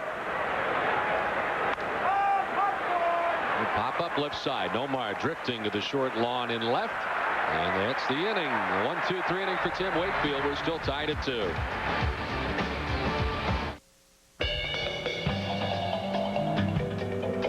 Behind him is a 400 square foot deluxe bachelor with a partial view. In front of him is a junior executive semi-private with no view. But right now, life is perfect.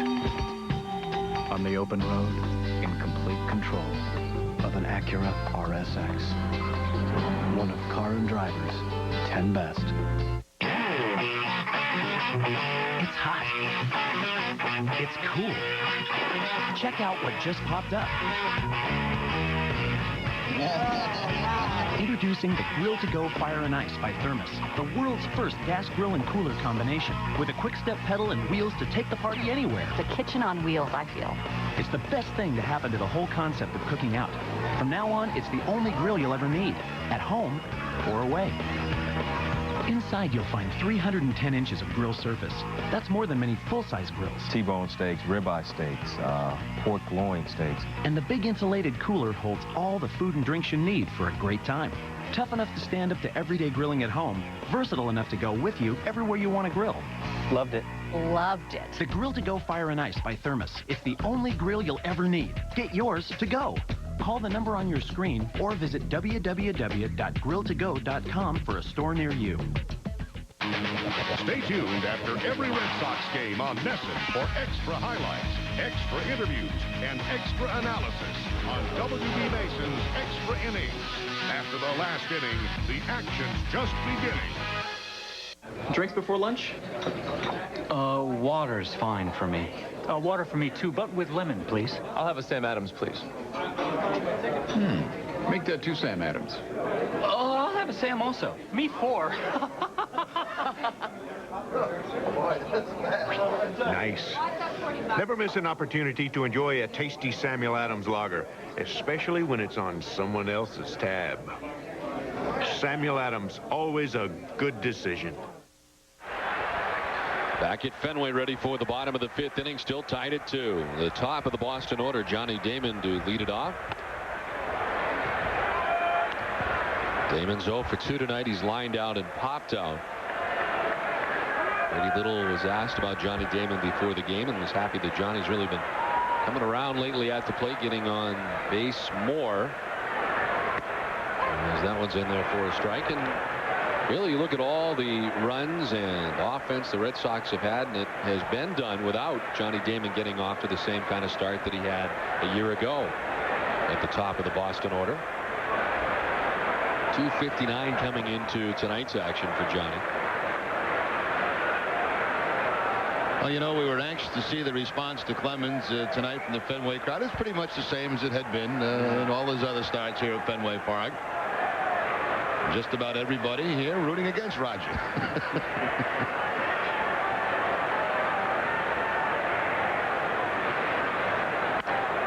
To right field, Mondesi coming on in. He has it sized up. 1 away.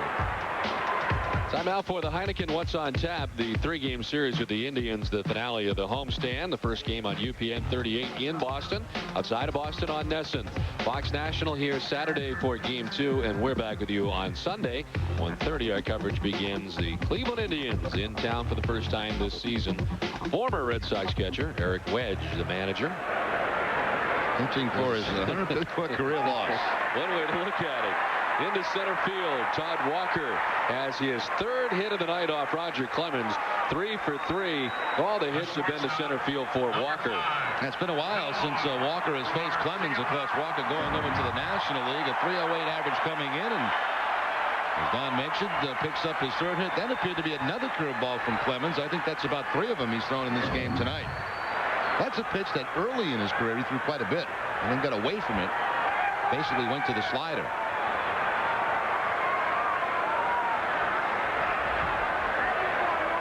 One down, Walker at first. Nomar Garciaparra hit a 2-run home run in the first, and he chops this outside of 3rd.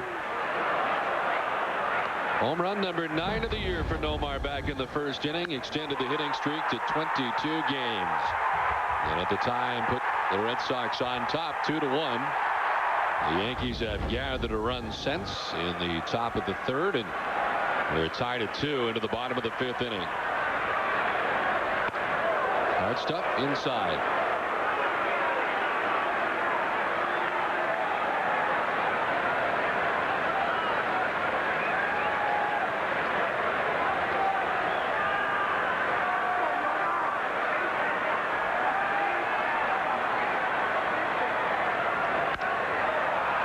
Up into shallow center. Soriano heading out. Bernie Williams heading in. Bernie falls down, but it's okay because Soriano's got the catch.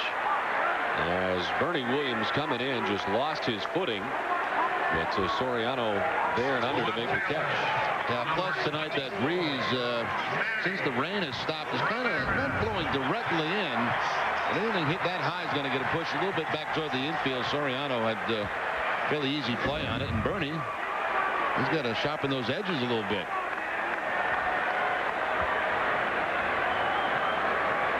Another hockey turn. 2 down, Walker at first, and they will check on Todd Walker. And Walker's got 1 steal on the night back in the 3rd inning.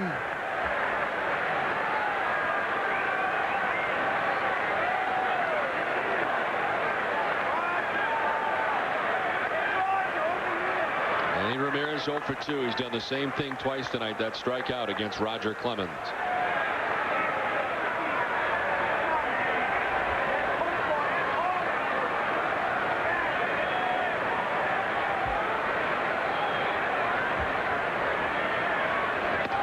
An interesting email today down on my website mentioning last night's episode between Weaver and Ramirez, and this fan reminded me, and I can't verify this, but that Weaver hit Ramirez in the head when he was with Cleveland. Really? Had a bench clearing brawl after that, and of course Manny Laxey had a couple of home runs. Now I don't know if that's true, but that's some information I got today. Certainly explain his reaction to what took place last night. Yeah, because it did seem kind of bizarre. You know, I mean, it was just a fastball that was running inside, but Manny took exception. That would kind of make sense to get that kind of reaction if that did happen in the past.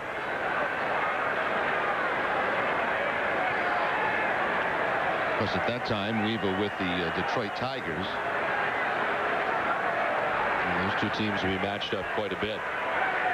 The 1-0, and he sends it foul off the right side, 1-1. And I think the emailer was from the Cleveland area, so the fact sounded good. I can't, like I said, I can't back it up, but that would pretty much explain his reaction last night, because it didn't make any sense at the time.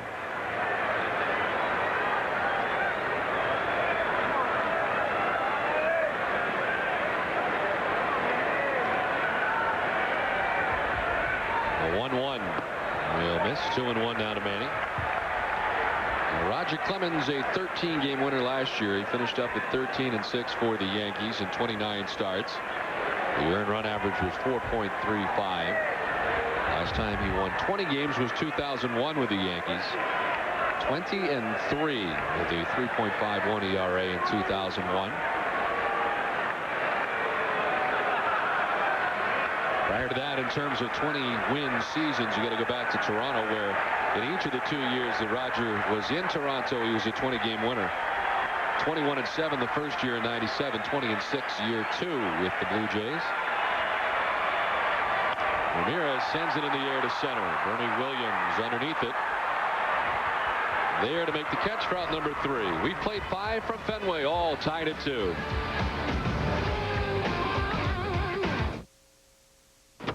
Hey, Joe. Hey. We can't take him to the coast with us. You mind? The coast, huh? Yeah. This is where we're going to be. There's his acupuncturist. Hey, I've never taken care of a weasel before.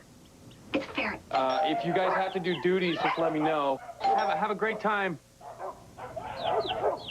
See ya. Why wait? Fly Southwest Airlines with everyday fun fares as low as $49 each way. So get packing. Hey. You are now free to move about the country. Our employees are the largest asset at Kelly's. And if you really want to take care of your people, health care is #1. And that's really where Blue Cross Blue Shield comes in. With this card, H.P. Hood is an employer of choice. If you look at what it saves you in terms of turnover rates and people and what attracts you, it saves you a fortune. Dollar for dollar, this is the best value there is. It actually is saving us some money, and our people are getting the best benefits. Blue Cross Blue Shield. Blue Cross Blue Shield. Blue Cross Blue Shield. This is my ticket to medical care. You think about what people want in a sports sedan. An available turbocharged engine. A sport-tuned suspension. But you also think about what people need in a sports sedan. Like ABS with electronic brake distribution. You think about that, then you build. The Volvo S60. Performance when you want it. A Volvo when you need it. Rotman's is doubling in size by moving the entire warehouse. But we'd rather sell it than move it. With up to 75% off top brand furniture and carpet in stock. Rotman's warehouse moving sale is fantastic.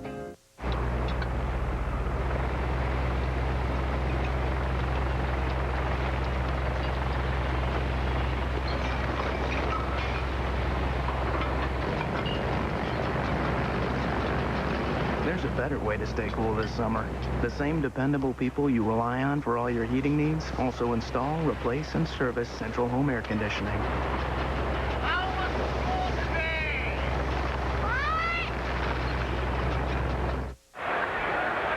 Back at Fenway, tied at 2. Top of the 6th inning. The top of the Yankees order to lead it off. Alfonso Soriano, Derek Jeter, and Jason Giambi. Anybody gets on, and Bernie Williams will have a chance. Alfonso has 63 hits, set the pace in the American League. And Wakefield falling behind 2-0. Soriano popped to short in the first, single to center in the third, and with that single drove in a run. Wakefield now with 81 pitches in his outing.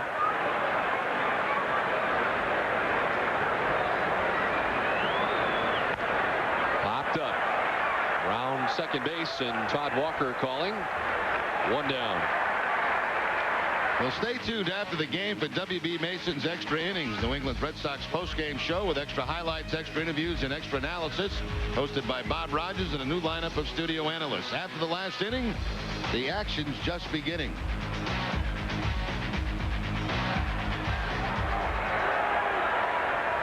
Well, Wakefield has retired 9 in a row.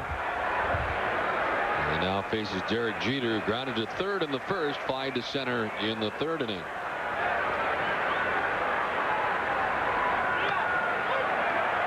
Apparently he went, the indication by Dan Iasanya.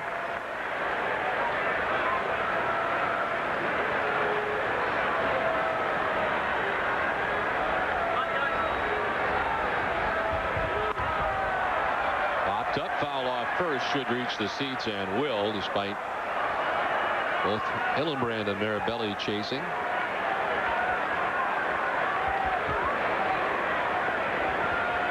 Derek Jeter is still just 28 years of age.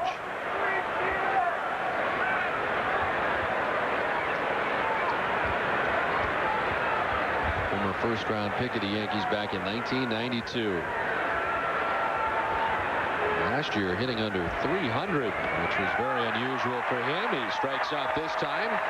6th strikeout for Tim Wakefield. It's an even 10 in a row retired by Wakefield. Let's check in with Tom Caron. Don, thank you. We are here with legendary conductor John Williams, who was a big Red Sox fan. Fantastic. I had the greatest experience earlier throwing the ball out. I didn't go all the way to the pitcher's mound, a little closer to home plate so I could get it all the way to the catcher, which I successfully did. And it was like a childhood fantasy made real. An unbelievable experience to be out there on the field. Were you actually more nervous about that than stepping up to conduct a symphony? A strange environment. A podium would have helped, I think.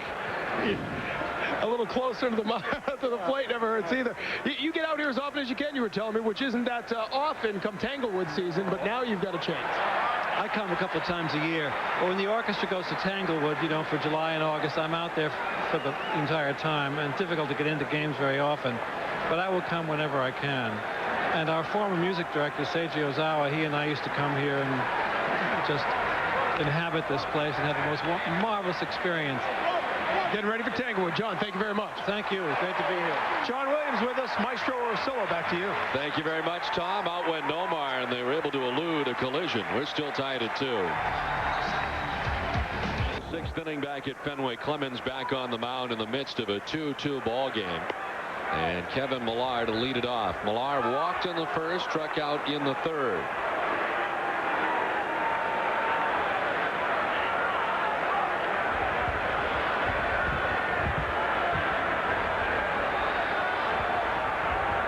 The 85th pitch of the night for Roger Clemens.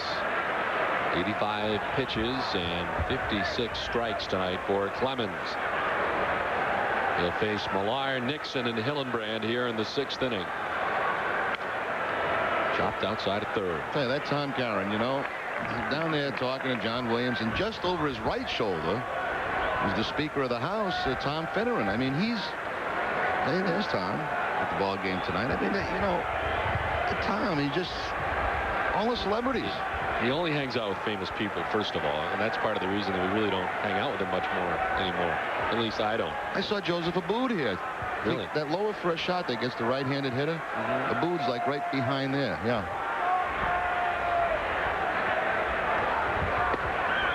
Strike 3, Millar gone. 6th strikeout for Roger Clemens. Well, join Keyspan in supporting the Boys and Girls Clubs of Greater Lowell, developing our future leaders. Keyspan, the energy to think ahead.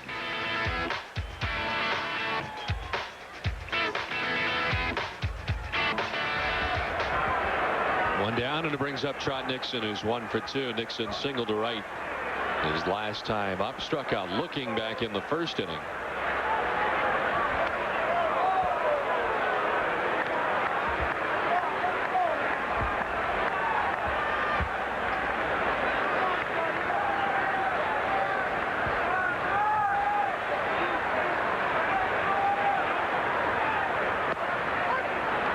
Evens it up now to Nixon, 1-1. Clemens gave up 2 runs in the first on the 2-run home run by Nomar Garciaparra. His first against Clemens, and that has been it. Chopped softly to Soriano. Underhanded toss, and there's 2 down. Well, a steady diet of splitters tonight against Trot Nixon. The 1 base hit he got, that was against the fastball. The 2 outs he's made on the splitter. First baseman, number 29, Shea Hillenbrand.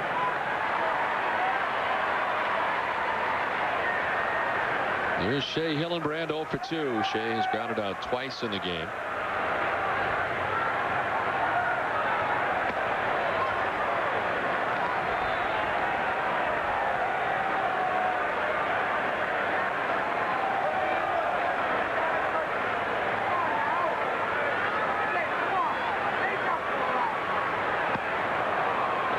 Quickly 0-2. Well, last year Roger Clemens was here, 1996. That season he was 10-13 in a Red Sox uniform with an ERA of 3.63. Who was his closer that year? I believe it was Heathcliff Slocum. So you're saying that the 10-13 is not indicative of the way he pitched is probably what you're getting at. Misleading. 0-2 is up and away. Bullpen that year lost 7 leagues for Clemens.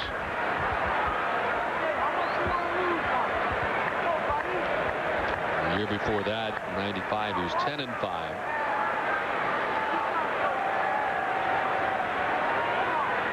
9-7 in 94 for the Red Sox. Line to left. Hillenbrand takes the 1-2 to left for a base hit, a 2-out single. 7-game hitting streak now for Shea Hillenbrand. He gets one of those split-fingered fastballs that just stayed up, I think, a little bit more than Clemens would have liked it to. And Hillenbrand quickly puts it on the line in front of Matsui.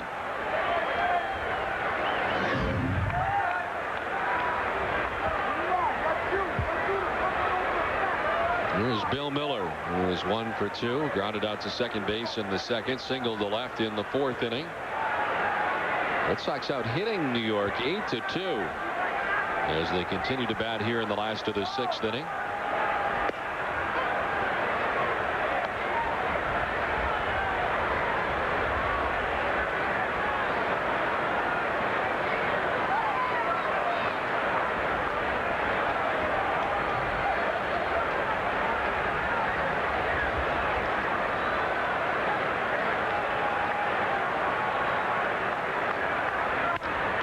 backhand through and into center field. Heading for third base is Hillenbrand. He will get there on the single by Bill Miller, and the go-ahead run just 90 feet away. That got back on Roger in a hurry. Yeah, got him right off the hip, too, it looked like. That's going to bring Gene Monahan and Joe Torre out. I think Roger's going to be fine.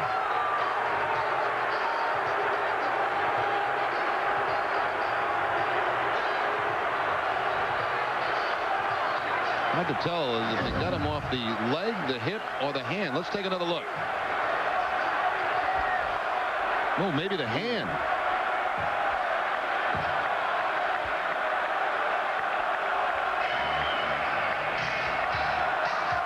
Looks like more like the hand or the wrist, huh, Don? Yeah, I would agree.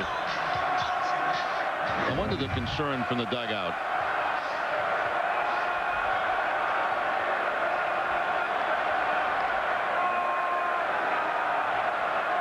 Tough to tell if it got the hip first or whether it just got the hand on the way through.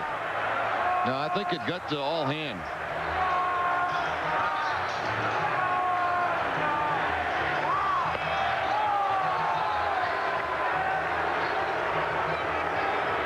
We'll give him a few warm-up tosses here under the watchful eye of Joe Torre. Now, I think if you watch this line drive, it's going to get Clemens right off that throwing hand or wrist. Yep, right off the back of the hand. Wow. At first, it looked like the hip.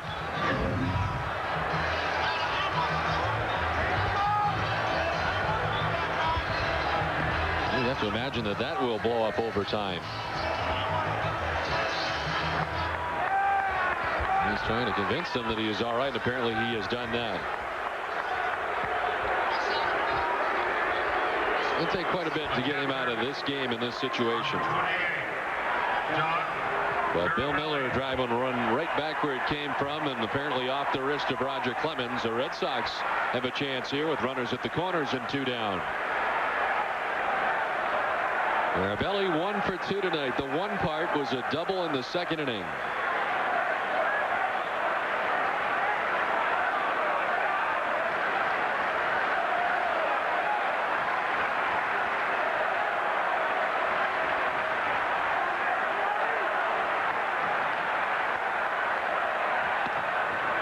Ball 1 to Mirabelli.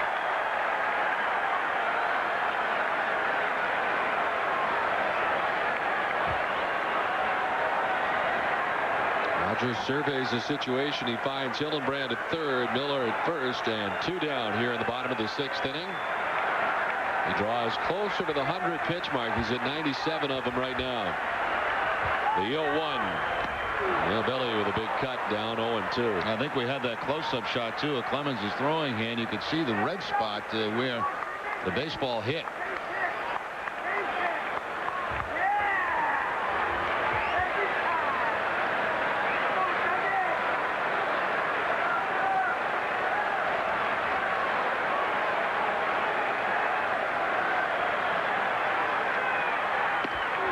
In there for a strike. 1-2 now.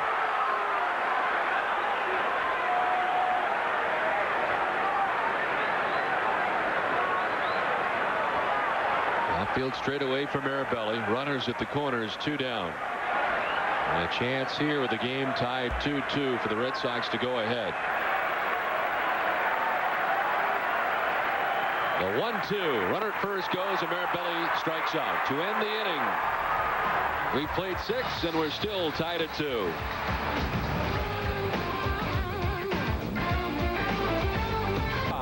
By Foxwoods Resort Casino, the wonder of it all in Southeast Connecticut, and by Ricoh. Move your ideas forward faster.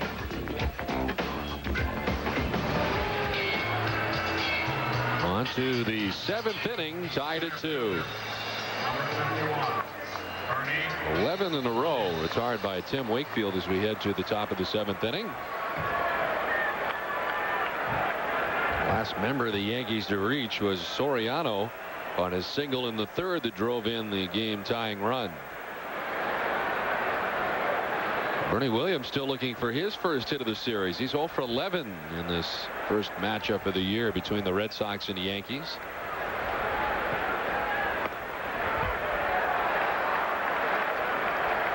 Wakefield starts off ahead, Tim, with 6 strikeouts over 6 innings. And he's got 1 in every inning tonight.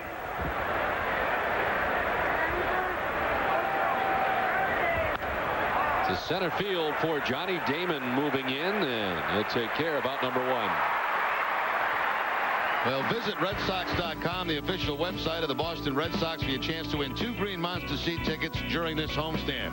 A pair of tickets will be given away to a lucky fan each day. Log on to RedSox.com today for your chance to win.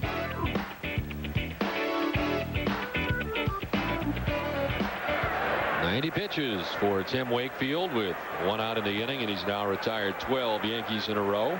Hideki Matsui's 0 for 2 tonight, a ground out and a strikeout. So he went looking his last time up. Popped up right side. Shea Hillenbrand. 2 down.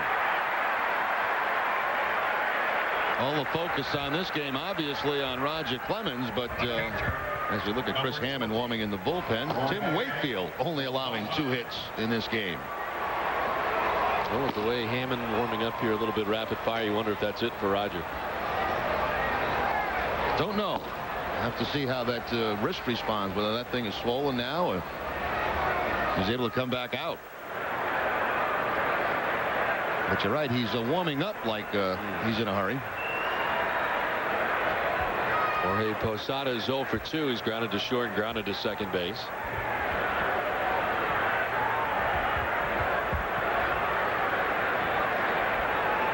Wakefield has held the Yankees to just 2 hits in the ball game tonight. Red Sox out hitting New York 9-2.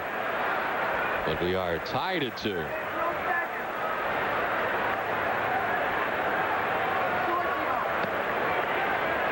Missing inside. Wakefield wanted that one.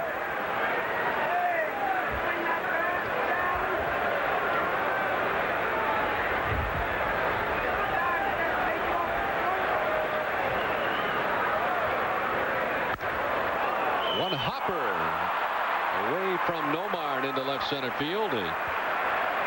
Reaching here with 2 down is Posada. A hot shot. Nomar kind of waving at it. It gets through into left center. Yeah, that's what you do too when they hit that hard, because you don't have a chance to move your body. You just hope you can stick the glove out and the ball ends up in the glove.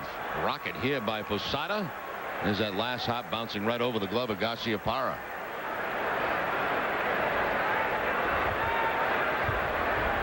So a hit in the 3rd of the night for the Yankees. Jorge Posada with his first. And it breaks up a string of 13 in a row. Retired by Tim Wakefield. Here's Robin Ventura.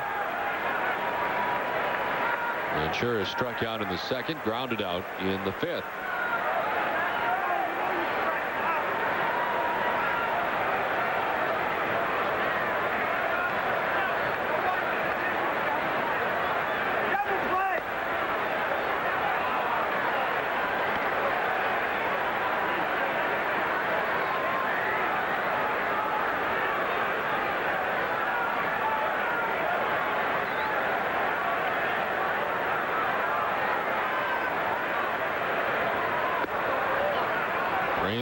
Wakefield falling behind.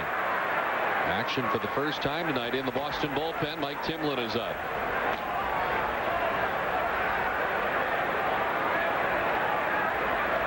Tim Wakefield working here into the 7th inning, and in there for a strike. His next pitch will be his 100th of the night. 99 pitches so far, 62 of them for strikes for Tim Wakefield. 3-1. That will miss, and he walks Robin Ventura. Only the 2nd walk given up tonight by Wakefield, but all of a sudden, with 2 outs in the inning, the Yankees have 2 quick base runners, and that'll bring Grady Little out to the mound. Yeah, I think just a conversation to see how Wakefield is feeling at this stage of the game. Wakefield looking in a couple of pitches in that at bat, thought he had strikes.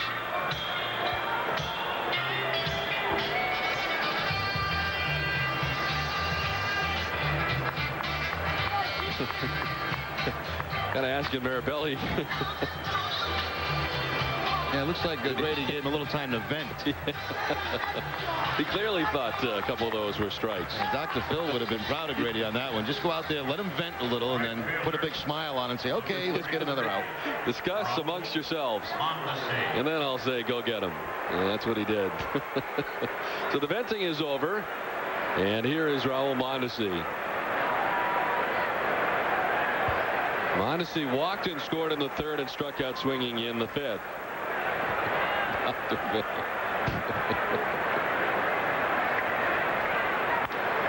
Into center field, and it's a base hit. Around from second comes Posada. He will score the go-ahead run. To third goes Ventura. Mondesi has driven in the go-ahead run, and the Yankees lead it 3-2. All of this with 2 down. That base hit walk in that first pitch. Mondesi on the line, shot up the middle. Not exactly a shot. Look, it had a lot of spin on it, but certainly good placement. And the Yankees take the lead as Posada comes around to score. So now, if Clemens were to come out of the game, he would have a chance to pick up $2.99. He'd have to rely on his bullpen to get the job done for him. Heyman was up in the bullpen, and after some rapid fire now has slowed it down quite a bit. He's still standing out there. Mission to see if he comes on now with the latest developments. Runner at first takes off, pitch in the dirt, no chance for Mirabelli, and up to second goes Mondesi.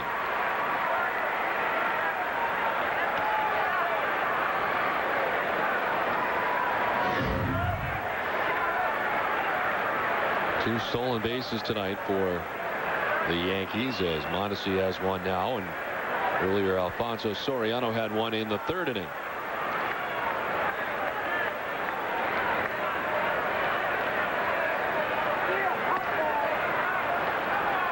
Two 2-0 now to Todd Zeile. Wakefield peering in. Trying to get out of a jam now. A run in, and 2 in scoring position. Got 2 quick outs. Single, a walk, and a single. There's a strike to Zeile. 2-1.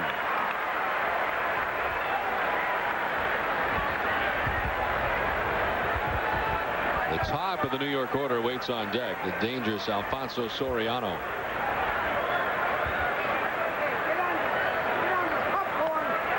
2-2. Big hack from Todd Zeile. Wakefield battling back. They say if it's high, let it fly. And that time that pitch was high. Zeile let it fly, but no contact.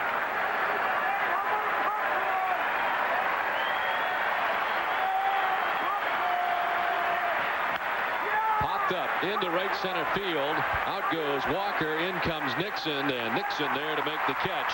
The Yankees get a run and pull ahead 3-2. Fill your glasses for a toast. Champagne?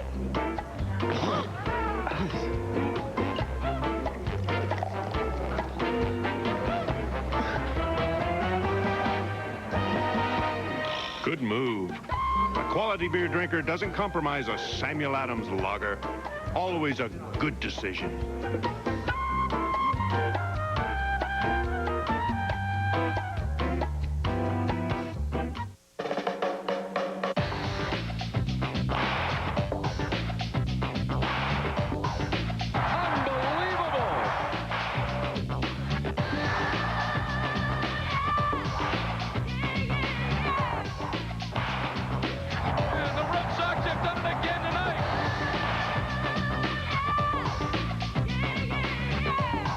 Sunday, Sox Indians coverage at 1:30 on NESN. Don Orsillo, NESN Red Sox play-by-play. Jerry Remy, NESN Red Sox color commentary. New England's Red Sox broadcast team on NESN. We've got your Sox covered. 7th inning stretch at Fenway. The Yankees have the 3-2 lead. Well, now it's time for the Sam Adams good decision of the game, and it was a marriage proposal earlier in the romantic spot of Canvas Alley, and she did say yes. Yep, see, she said yes.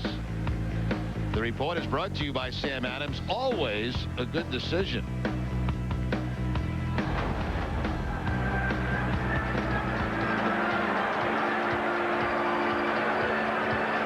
4-2 now. The Yankees lead in the ball game, and Roger Clemens is out of the game after 6 innings, 9 hits, 2 runs. He walked 1, struck out 7, and here's Chris Hammond. Hammond coming this year to the Yankees from the Atlanta Braves, where he had an outstanding season a year ago, making his 19th appearance and his 2nd of this series against the Red Sox. Faced 3 batters in game 1 of this series. Well, Roger battled his way through tonight. I mentioned in 7 strikeouts. The last one was of Doug Mirabelli with runners at the corners and 2 down after he had been hit in the wrist. And does not come back out for the bottom of the 7th inning. Has a chance for .299 if the bullpen helps him out. The Red Sox certainly have other ideas. As the top of their order to lead it off now, trailing by a run, Johnny Damon, who is 0 for 3 in the contest tonight. Grabs the attention of Robin Ventura at third base.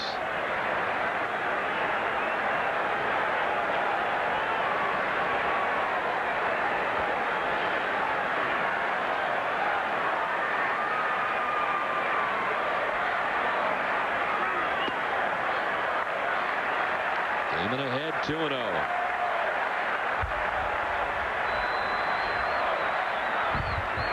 Chris Hammond, 37 years of age. Behind 3-0. First year in the big leagues for him, 1990 with the Cincinnati Reds. Marlins. Here with the Red Sox in 97 was 3-4 and 29 appearances with Boston. Strike to Damon.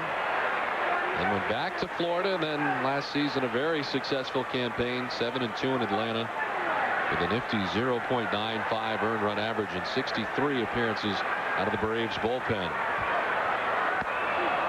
Quickly a full count now. Hammond certainly not a power pitch. A lot of off-speed pitches, a lot of change-ups.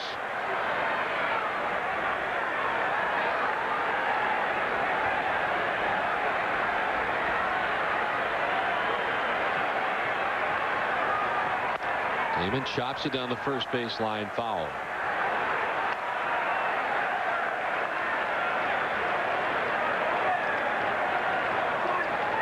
Roger Clemens incidentally did not reach the 100 pitch mark tonight. His last pitch was his 99th. Through 99 pitches tonight, 67 for strikes.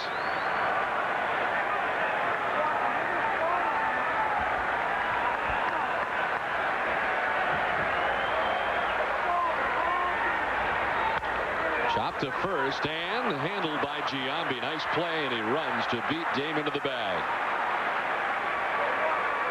That ball had an awful lot of top spin on it going to Giambi and almost ate him up down there at first base. He makes a pretty nice play out of it. Then it becomes a foot race between he and Johnny Damon for that first base bag. Of course, these guys teammates a couple of years ago out with the Oakland Athletics.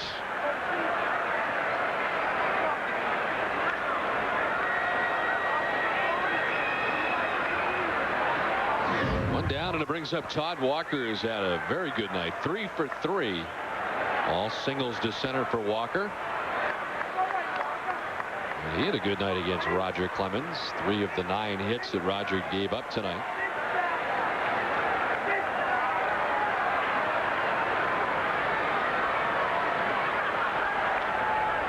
And now the left-hander on the 0-1.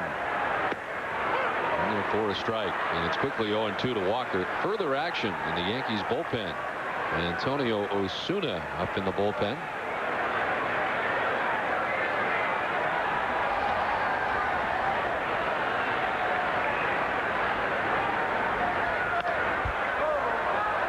Still 0-2 to Walker. Nomar Garciaparra waits on deck.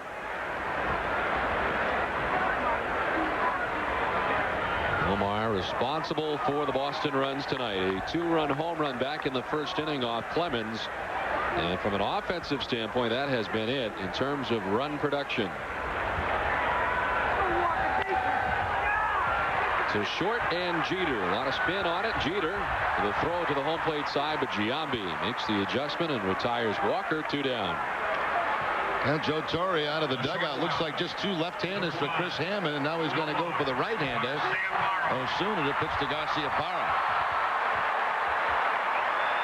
So Hammond comes on and gets the job done in that regard, getting the two left-handers, and Osuna coming from the pen.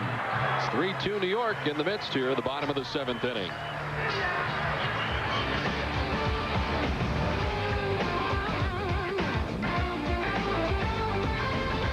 3-2 Yankees in the lead. Time for our Citizens Bank Not Your Typical Fans. We are here with Ray Wheeler from Taunton. Ray, you have 4 generations of Red Sox fans here, right? That's correct. Yeah, myself, my mother next to me, Ann Wheeler, my grandson Jarrett Leonard, age 7, and my daughter. She won't let me tell you the age, but she's my daughter. Hey, Mom's 85 years old. Your grandson is 7 years old. Right. It's a pretty good range of Red Sox fans. And I are in between, but and you're all Red Sox fans. Your mom brought you up Red Sox. Been coming here, season ticket holders for 30-something years now. And you're keeping her here to the end of the game tonight, right? Absolutely. We never leave before the end. There you go. Not Your Typical Fans. Guys, back to you. All right, Tom, thanks very much. Antonio Osuna in, and Nomar in the batter's box taking ball 1. 14th appearance for Osuna. His second of this series came over from the Chicago White Sox in a trade back in January. And 11 saves last year for Chicago.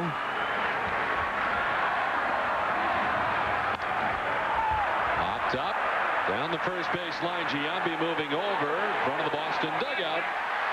And he makes the catch for the final out of the inning. We're done with 7 from Fenway. 3-2 Yankees. Syracuse fans, the orange is #1. Now, Sports Illustrated honors the national champion Syracuse Orangemen with a fantastic national championship package free with your paid subscription. Start out with a special Sports Illustrated National Championship hardbound collector's issue, celebrating the Orange's run to #1. It's gold-lettered and individually numbered, a cherished keepsake you'll treasure forever. Call now and you'll also get this collectible mini basketball designed exclusively for Sports Illustrated in celebration of Syracuse's first national championship. Both are free when you order 56 issues of Sports Illustrated for only $1.59 an issue. Save more than 50% off the cover price. When you use your credit card, you'll get another great gift available only from Sports Illustrated. This Syracuse National Championship hat free. Celebrate the #1 team in the nation with 3 great gifts from the nation's #1 sports magazine, Sports Illustrated. Call now. If you don't move it, you're gonna lose it. The best values in America from Dodge. It's your big chance to get great savings on Dodge Caravan, the best-selling minivan ever. From now until June 2nd, you can grab cash allowances of up to $3,500 or 0% financing for 60 months. Plus, get Dodge's fully transferable 770 powertrain limited warranty. Products, protection, deals. They're the best values in America. So get up and get going. See your Dodge dealer by June 2nd. It's minor league baseball, major league action, New England style. And this is the real McCoy. NESN is New England's ticket to Red Sox AAA action from Pawtucket. And your chance to scout Fenway stars of tomorrow today. NESN is your home for Red Sox baseball, major and minor. Paw Sox baseball is hot, so if you can't be there, be here. Thursday night at 7, the Paw Sox take on the Clippers on NESN. Read about it after the game in the Globe. Learn about it before the game on the Boston Globe pregame report. It's New England's Red Sox pregame show and a whole lot more. 1/2 hour before game time on NESN.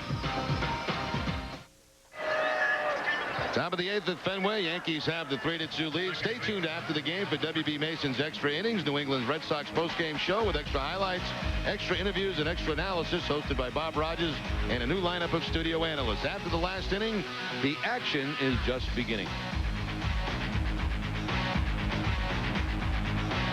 Tim Wakefield leaves after 7 innings and turns things over to the bullpen and Mike Timlin. Timlin making his 19th appearance for the Red Sox. His last coming Tuesday against the Yankees. An inning in that game, 1 hit and 1 earned run. And the rest of Timlin's numbers on the season. That's to face the top of the New York order, Alfonso Soriano, who singled and drove in a run in the 3rd inning. He's 1 for 3 in the game tonight. Well, tip of the cap to Tim Wakefield. A little bit under the weather. Pitching very, very well in this game against the Yankees tonight.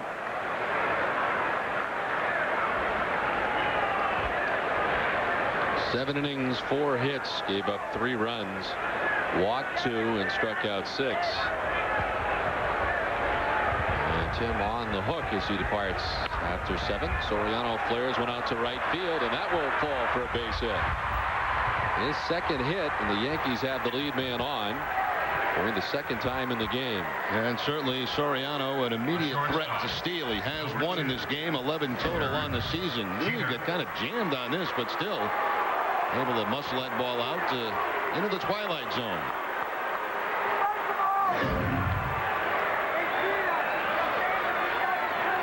Here's Derek Jeter, 0 for 3 tonight. Ground out, fly out, strikeout.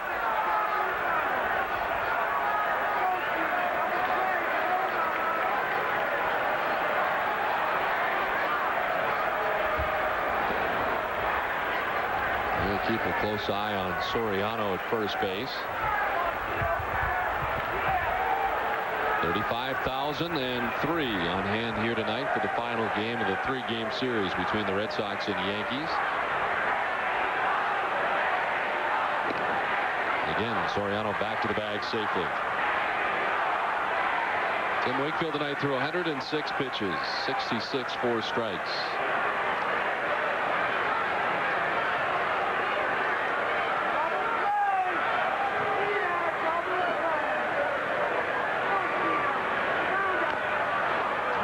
Bunting, 1 foul. Hard to tell whether that was a sacrifice attempt or maybe bunting for a base hit. Another long look by Jeter down to his third base coach, Willie Randolph.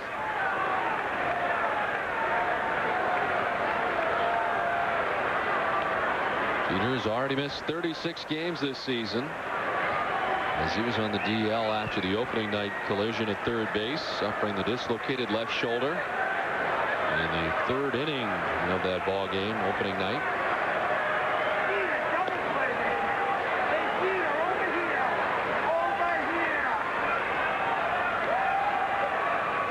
Hits in his last 25 at bats since being reinstated by the Yankees.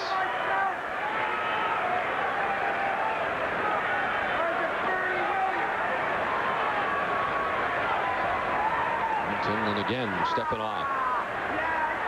Mentioned the attendance, 35,003 tonight. The 3-day attendance total, 105,109 fans for the 3 games here at Fenway Park.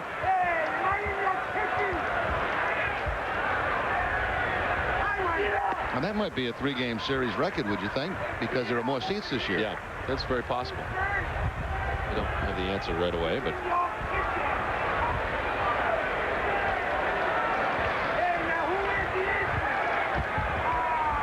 .105, 109 in the 3 games between the 2 clubs.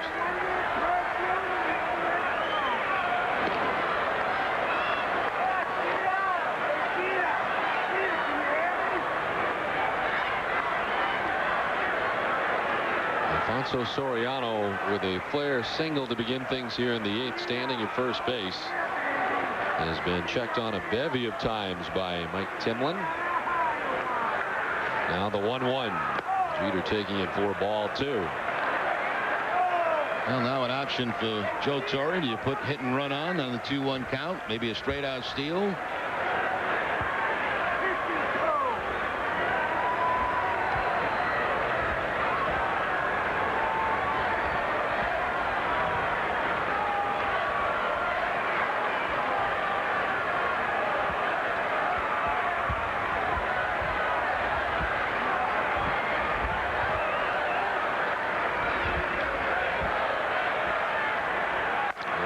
And it's chopped towards the right side. Walker able to make the play. Throw to first. Still running is Soriano. The throw to third is not in time. Some pretty good base running and aggressive at that from Soriano. Gets all the way to third as they retired Jeter at first. Well, they try the hit and run, and Walker was heading towards second to cover. He rebounds and is able to make the play on the ground ball, but the result's almost the same. Soriano around second base. Once the throw is made, he just continues on to third. The throw's going to be off target by Hillenbrand, and Soriano, what a hustle play that is. And a pretty good play from Bill Miller to save the run, perhaps off to his right. Keep that ball out of the dugout. Red Sox now pull the infield in. And Giambi at the plate. He homered in the first, struck out in the third, popped out in the sixth inning.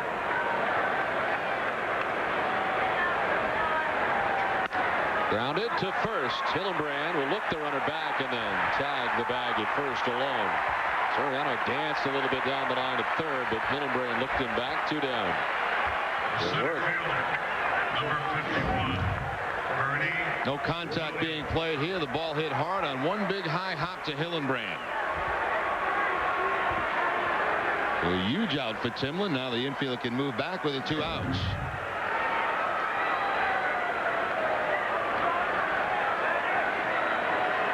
And Bernie Williams looking for his first hit of the series. 0 for 12 in the series. .333 hitter with 2 outs and runners in scoring position. With the 2 home runs in that situation. He's got 7 home runs on the year.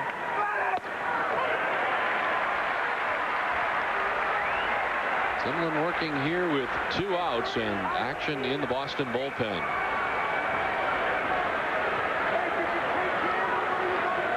Sienna is up for the first time in a Red Sox uniform. 1-1. He's going to be joined out there in the pen. As the Red Sox also have Brandon Lyon up.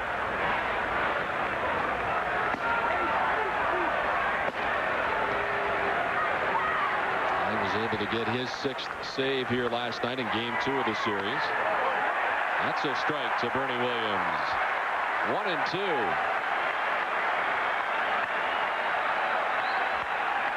Timlin trying to preserve the 1-run deficit here in the top half of the 8th with Alfonso Soriano at third and 2 down.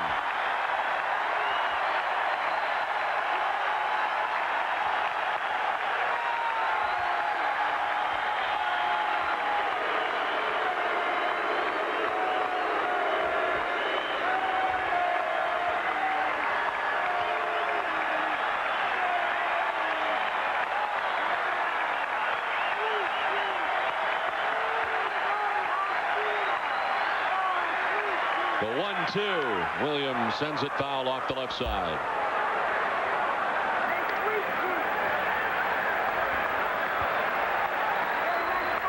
$35,003, most of them standing here with a count of 1-2 to Bernie Williams and 2 outs in the top of the 8th.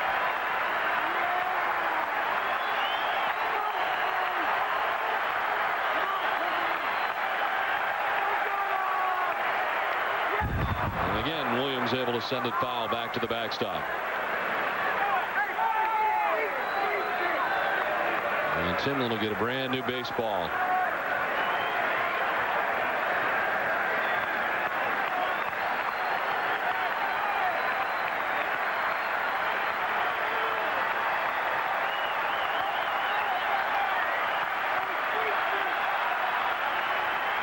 Again, the 1-2, and he struck him out. Mike Timlin able to preserve the 1-run deficit as he gets Williams, and they leave Soriano at third. On to the bottom of the 8th, 3-2 New York. He is notorious for gunning down base runners, but his real hobby is shooting the curl, as in surfing. You know, I had a house that overlooked this surf spot in San Diego, and I would see people every morning. I'd get up and I'd get some breakfast, and these guys would be down there surfing, guys and girls would be down there surfing. And I said, if I'm going to live here, I need to learn. The Houston Astros catcher Brad Osmus will be my guest on the Tim McCarver Show this week on NESN. It's hot. It's cool. Check out what just popped up. Introducing the Grill to Go Fire and Ice by Thermos, the world's first gas grill and cooler combination, with a quick step pedal and wheels to take the party anywhere. It's a kitchen on wheels, I feel. It's the best thing to happen to the whole concept of cooking out. From now on, it's the only grill you'll ever need, at home or away. Inside, you'll find 310 inches of grill surface. That's more than many full-size grills. T-bone steaks, ribeye steaks, pork loin steaks. And the big insulated cooler holds all the food and drinks you need for a great time. Tough enough to stand up to everyday grilling at home, versatile enough to go with you everywhere you want to grill. Loved it. loved it. The Grill to Go Fire and Ice by Thermos. It's the only grill you'll ever need. Get yours to go. Call the number on your screen or visit www.grilltogo.com for a store near you. Nissan came up with some great ways to move you. The Nissan Sentra has a powerful engine, an available 180-watt 7-speaker stereo, and an 8-way adjustable driver's seat. Now get 0.9 financing or $1,500 cash back on all new 2003 Nissan Sentras. Only at your Nissan dealer. It's your move. Don Orsillo, Nesson Red Sox play-by-play. Jerry Remy, Nesson Red Sox color commentary. New England's Red Sox broadcast team on Nesson. We've got your Sox covered.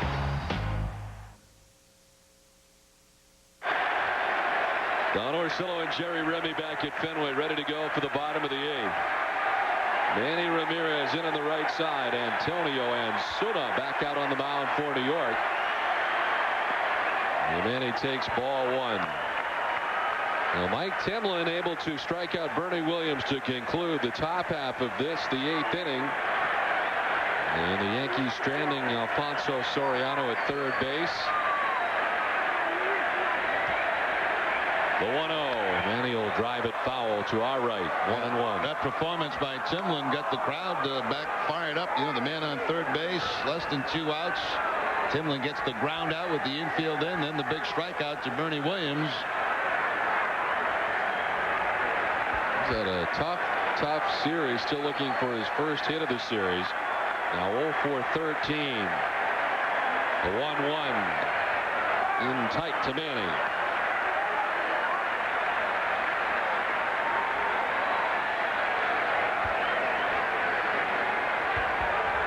The Red Sox have not scored since the first inning, and Omar Garciaparra hit a 2-run home run off Roger Clemens.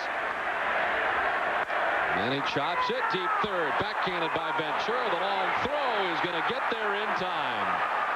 The 6-time Gold Glove Award winner Robin Ventura throwing out Ramirez. Yeah, and not worrying about getting the ball all the way across the diamond on the air. He just gets rid of it as quick as he possibly can, and he'll take his chance on bouncing the ball to first base. Terrific play there by Ventura.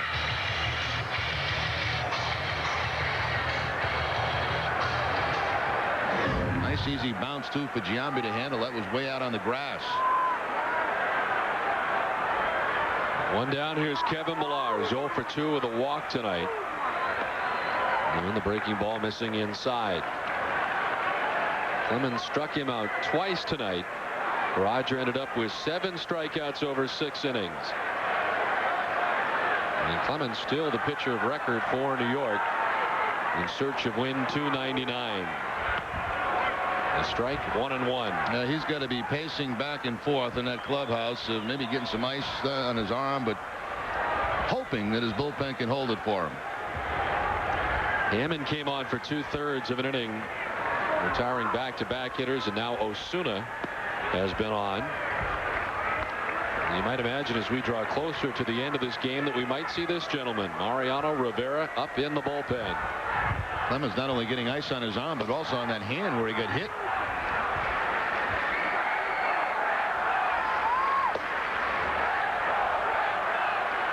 The 2-1. Millar sends it foul, and it's 2-2. Fastball at 95 miles an hour from Osuna.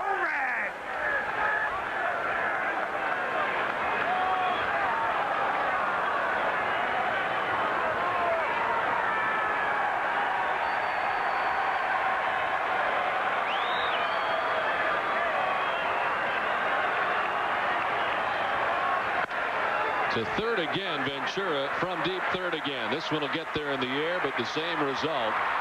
Millar is gone, and there's quickly 2 outs in the inning. Let's take a look at tonight's summary. Jason Giambi, a solo home run, is 9th. Soriano and Mondesi with a couple of RBI singles. Nomar's 2-run home run back in the first, his 9th of the year. Wakefield went 7. He is on the hook right now, giving up 3 runs tonight. And Roger Clemens in search of win 299 went 6 innings, giving up 2 runs and struck out 7. 2 down in the last of the 8th, and here's Trot Nixon, 1 for 3 tonight.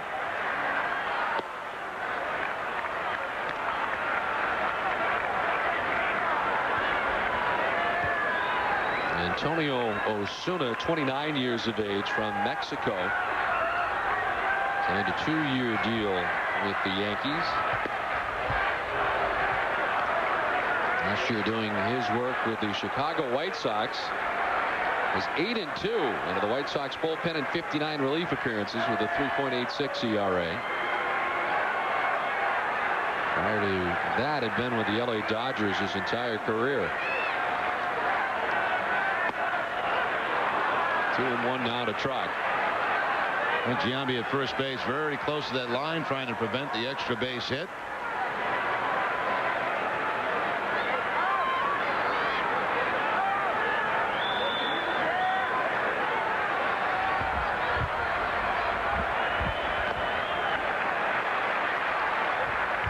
To Nixon with Shea Hillenbrand waiting on deck. And 2 down here in the 8th.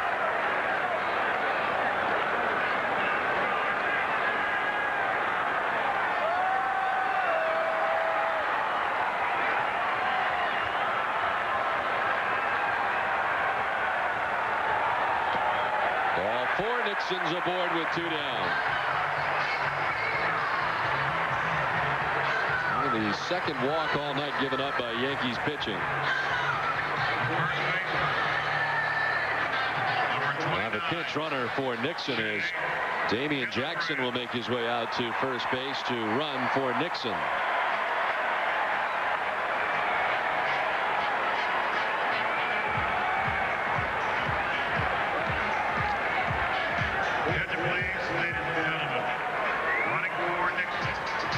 Imagine that Damian will stay in the game also and play defensively in right field. And it's going to bring Joe Torre out, maybe asking Rivera to get 4 outs in this game. Mariano has been up since the beginning of the inning and surely ready to go if need be. And apparently Joe is going to make the call out there. So a pitching change from Fenway, as they have asked for Rivera, and he'll take the baseball from Osuna. 2 outs here in the last of the 8th. The Red Sox trail by a run. New York on top 3-2. 25 games of this year on the disabled list with the groin injury. Since returning, he's appeared in 7 games. He has 3 saves. He's only worked 7 innings, allowing 4 hits and 1 earned run, 2 walks and 7 strikeouts. Opponents hitting 167 off Rivera. You might remember a year ago here at Fenway, a big home run by Shea Hillenbrand against Rivera. The 2-2 to Hillenbrand. Into the air left, high and deep, way back and gone. It was April the 13th, and oddly enough, it was in the bottom of the 8th. A 2-run home run, the game winner for the Red Sox. And Shea Hillenbrand with 2 outs here in the bottom of the 8th inning. Damian Jackson at first. Hillenbrand 1 for 3 in the ball game tonight. A single his last time up. The hit off Rivera last year was the first for Hillenbrand off Rivera.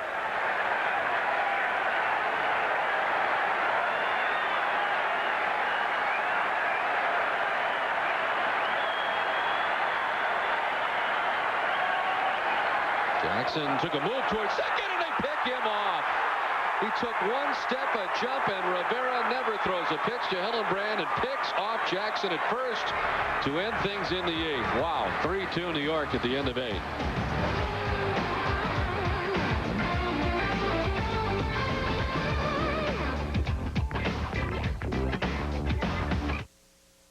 Syracuse fans, the orange is #1.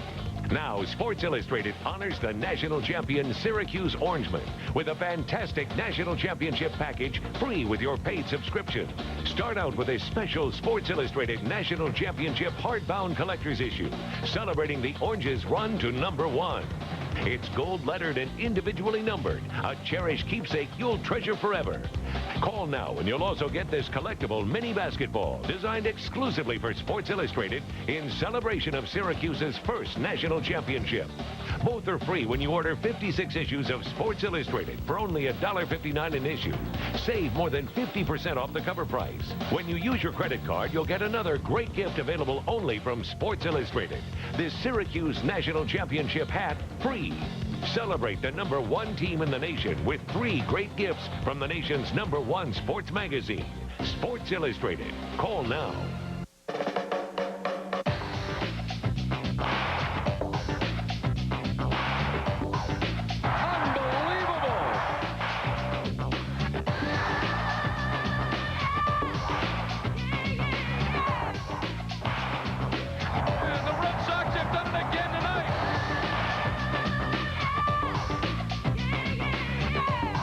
Sunday, Sox Indians coverage at 1:30 on NESN. Stay tuned after every Red Sox game on NESN for extra highlights, extra interviews, and extra analysis on W.B. Mason's Extra Innings. After the last inning, the action's just beginning.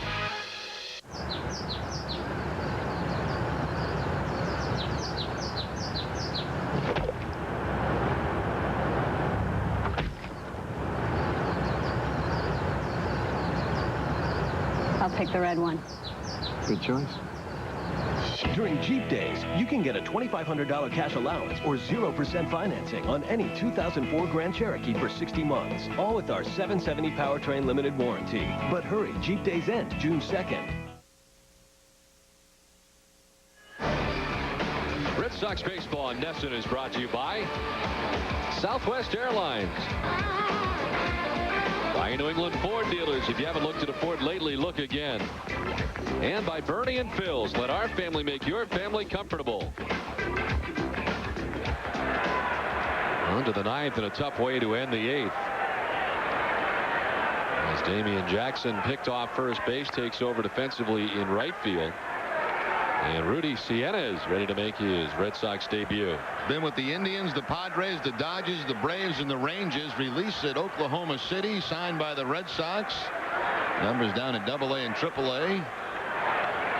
Making his Red Sox debut, and a big blunder here by Damian Jackson.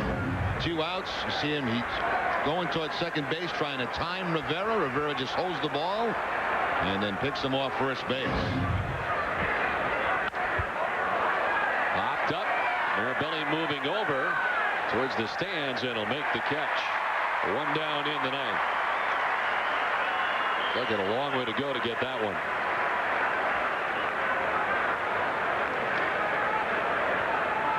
So Matsui is out #1, and they'll bring up Posada.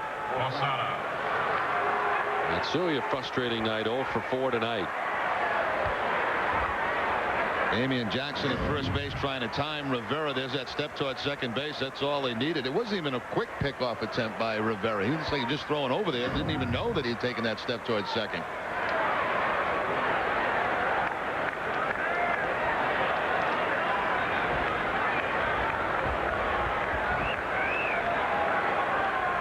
Rudy Siena has worked for the Pawtucket Red Sox, also worked for AAA Oklahoma this season.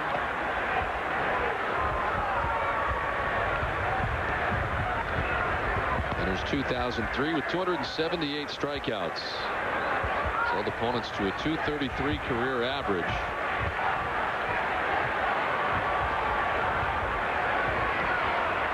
.275 career games, all in relief. Indians, Padres, Dodgers, Braves, and Rangers.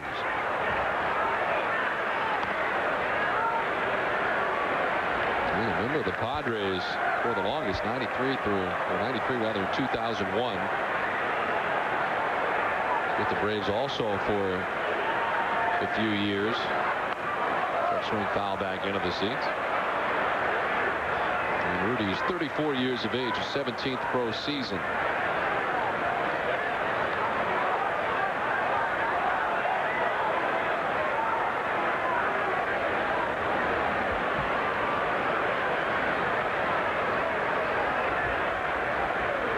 Count of 2-1 to Posada.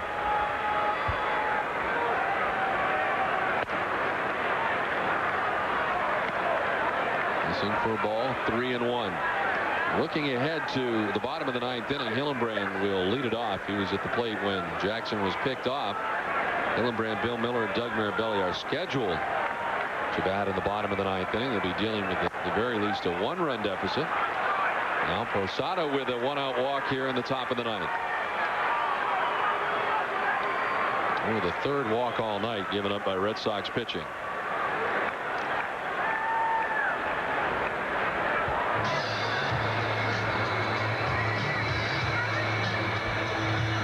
Third baseman, number 19, Robin Ventura.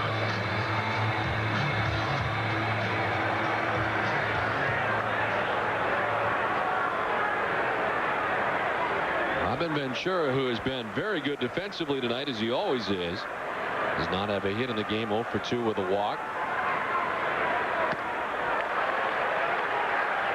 He struck out back in the 2nd inning, one of 6 strikeouts tonight for Tim Wakefield in his 7 innings of work. Wakefield is on the hook.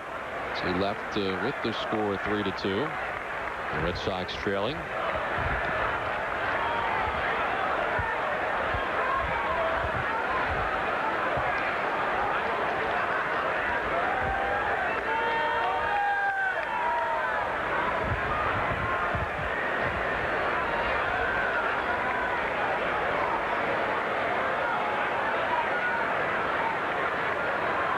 Posada with a short lead at first, the 1-1 in the dirt, and Mirabelli able to get.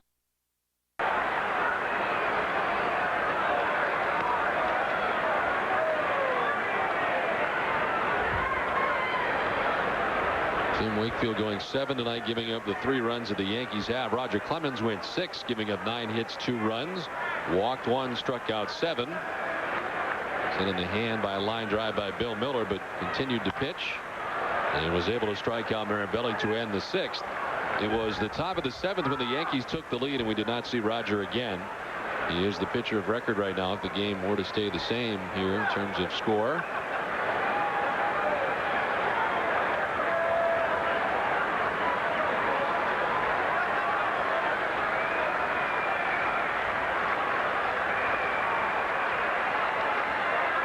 The 2-2. Full count to Robin Ventura. So far it's been fastballs and changeups from CNS.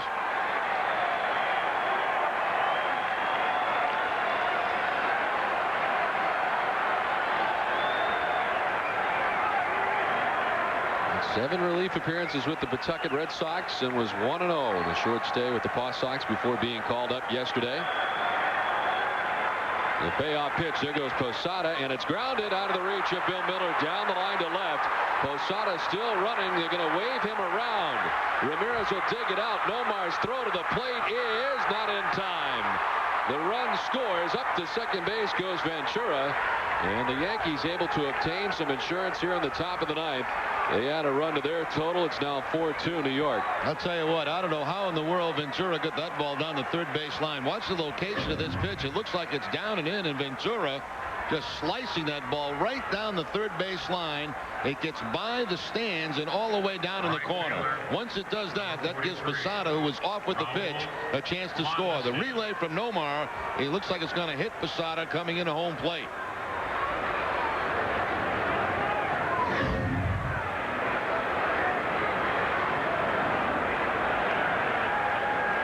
So Ventura getting his first hit of the night, and it works out to be an RBI, his 21st. And now the deficit is 2 for the Red Sox. Mondesi's been on base twice tonight, a walk and a single.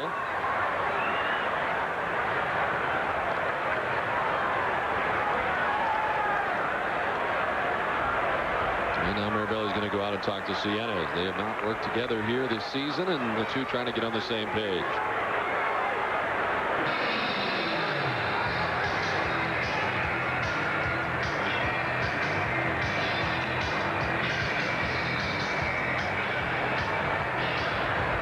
So Matsui fouled out to begin the inning. Posada walked. And a double for Ventura down the line that scores Posada all the way from first base. And the Yankees on top by 2 now, 4-2. Mondesi with a big cut.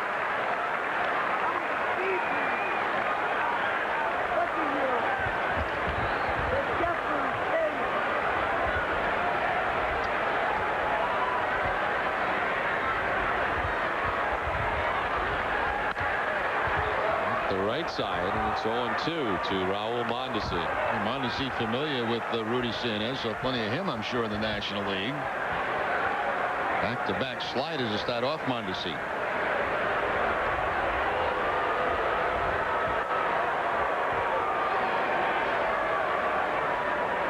Actually, not that many at bats, only 1 for 6.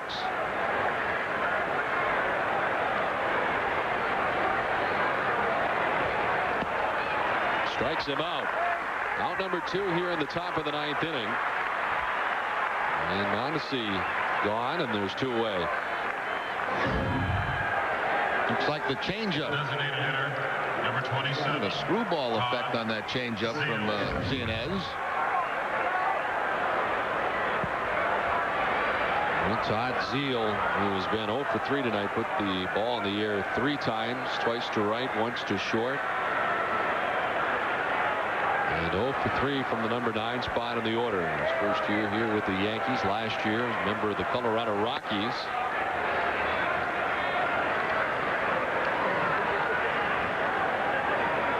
Ended up with 18 home runs last year for Colorado in the thin air. Tied with 4 home runs so far this season with New York.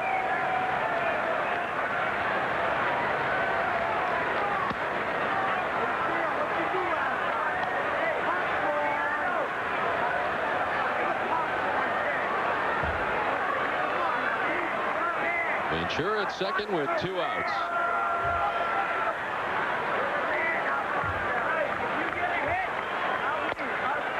In tight, it's now 3-0. And the top of the order, Alfonso Soriano, waits on deck.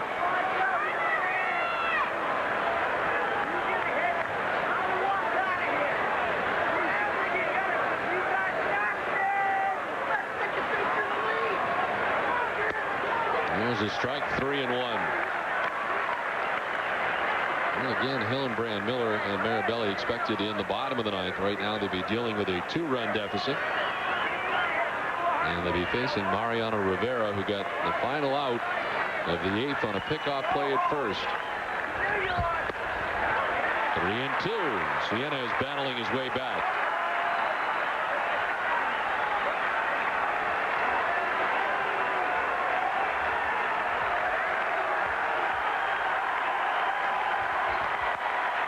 And again, the Fenway faithful coming to their feet.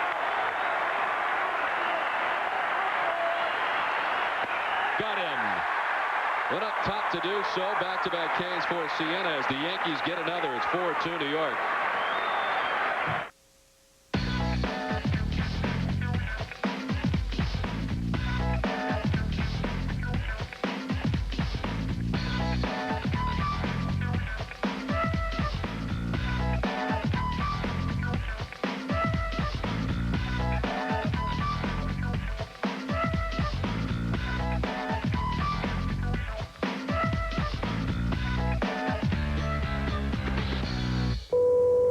Free to move about the country. When the liquid-fueled rocket was invented, WPI was there. Breakthroughs by Worcester Polytechnic Institute graduates have made the world better. When the airbag was developed, WPI was there. Our unique curriculum engages students in technology and society. When early antibiotics were created, WPI was there. They emerge well-rounded, ready to make a difference. When tomorrow's innovations are made, I'll be there. Worcester Polytechnic Institute, the University of Science and Technology and Life.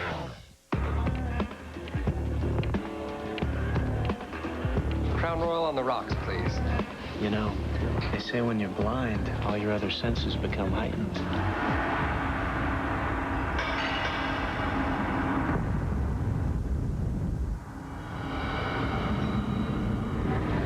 Wow, Crown Royal. Yes, it's that smooth. Guys, I think the one on the left likes me.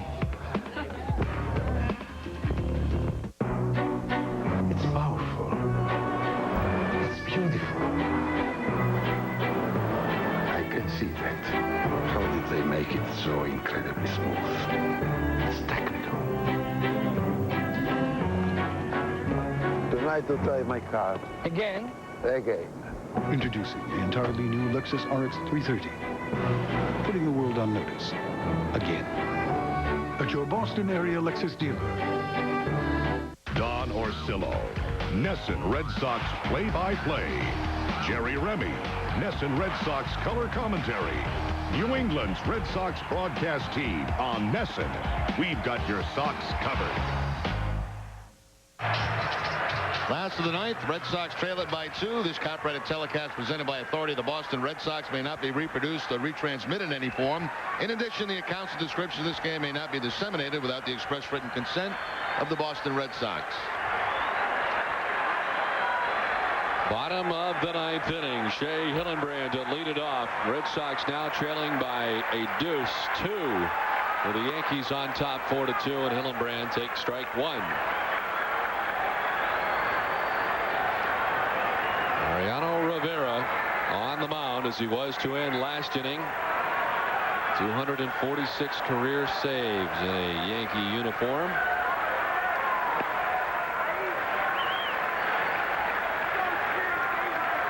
He broke the record last year, right? Took over the franchise lead from Dave Righetti. His 7th appearance since being reinstated from the DL. Friday against Texas. In the air to right center field. Bernie Williams heading back, drifting towards the dirt of the track to make the catch. No, he drops it. He drops it. Hillenbrand still running, and he gets to second base. Williams was back on the dirt of the track. Appeared to have it sized up, but can't shut the glove, and Hillenbrand stands at second base. Well, he's waving off Mondesi with his glove and never catches the baseball. He's got plenty of room. He's back to the warning track. Now watch him wave off Mondesi right there and never gets 2 hands on the baseball. Tries the one-hand catch and right off the heel of the glove.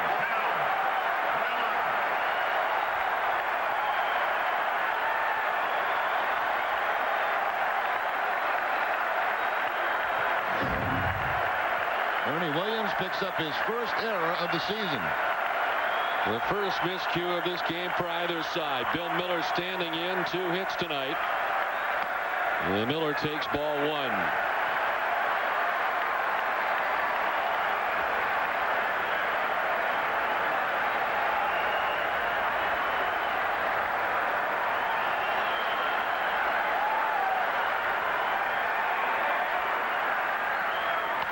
Sliced foul off the left side, back up into the luxury boxes.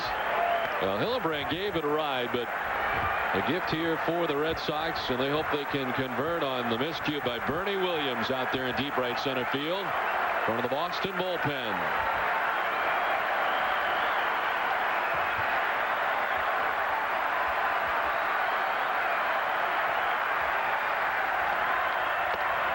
Miller goes around, tried to hold up, changed his mind in the middle. Nothing tricky about Rivera. It's cut fastball after cut fastball.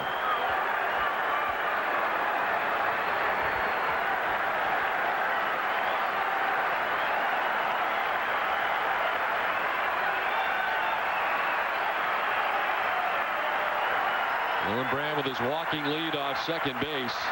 And the 1-2. Miller shoots it, a foul ball. Down the line at third, it twists its way foul. Yeah, that looked like it was heading in the same direction as the one Ventura hit down that corner. Once again, the cut fastball. This ball, though, will slice in the foul territory.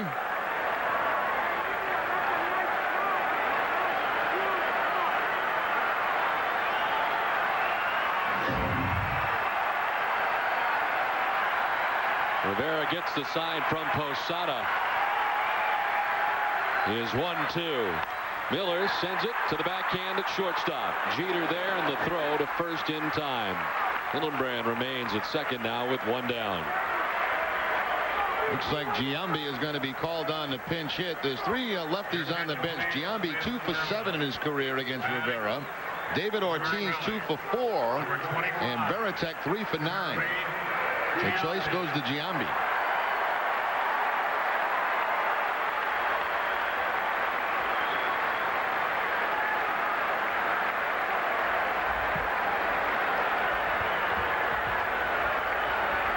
Hillenbrand at second, and Giambi, the pinch hitter. Hopped up, foul, back and out of play.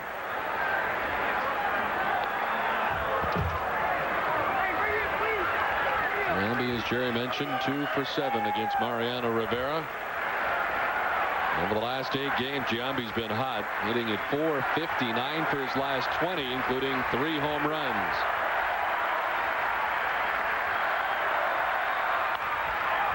To left center field, Bernie Williams coming in, so's Matsui, and he makes the catch.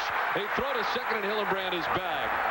Hideki Matsui with a great diving catch in left center field, and a ball that was sinking fast for out number 2. Don, I didn't think there's any chance that Matsui was going to make that play. I was looking only at Bernie Williams, and I'm saying Bernie's not going to catch up to this thing. But Matsui, charging hard, goes into the dive and makes a beautiful play. Wow.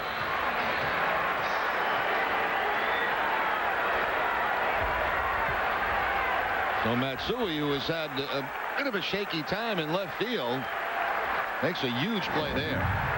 Red Sox down to their last out with 2 down. Johnny Damon is 0 for 4 tonight. And down on the count, 0-1.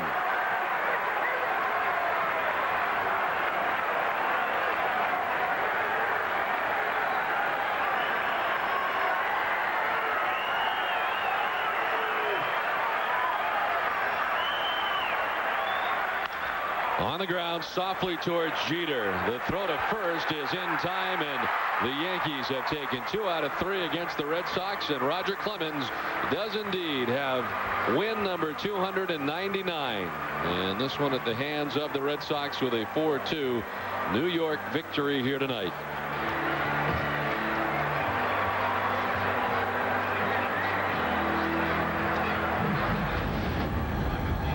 And win number 299 tonight for Roger. 6 innings, 9 hits, 2 runs. He walked 1 and struck out 7 as part of victory 299. He was hit on the hand by Bill Miller, but Roger with the victory here tonight.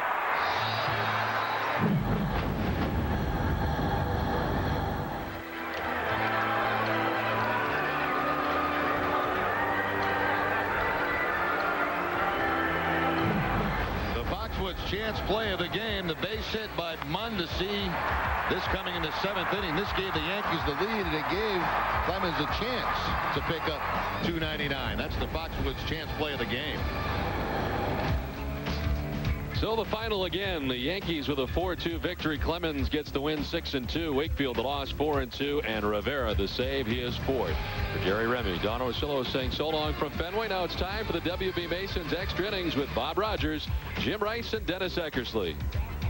All right, Donnie, thanks very much. You've got the crew, Bob Rogers, Dennis Eckersley, Jim Rice. We'll break it all down on WB Mason's extra innings. We'll have post-game reaction, and we're going to bring you to the Boston Globe Sports Plus live at the place across town. So big night coming up here on NESN. Don't leave us. 4-2 is your final.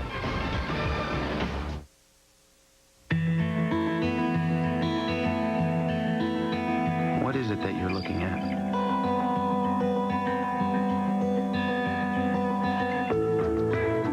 What's out there on the horizon that intrigues you so? What do you see that others can't? Business has always been about looking forward. That's why people with vision succeed. At Fleet, we see the potential you see. And we understand that it often takes more than just funding to realize that potential. So we take a different approach. One that's built on experienced people who understand your business. One that's committed to providing new ideas and innovative solutions. Use that vision of yours to take a good look at Fleet. You'll see more than a lender. You'll see an ally. It's minor league baseball, major league action, New England style. And this is the real McCoy. NESN is New England's ticket to Red Sox AAA action from Pawtucket. And your chance to scout Fenway stars of tomorrow, today. NESN is your home for Red Sox baseball, major and minor. Paw Sox baseball is hot, so if you can't be there, be here. Thursday night at 7, the Paw Sox take on the Clippers on NESN.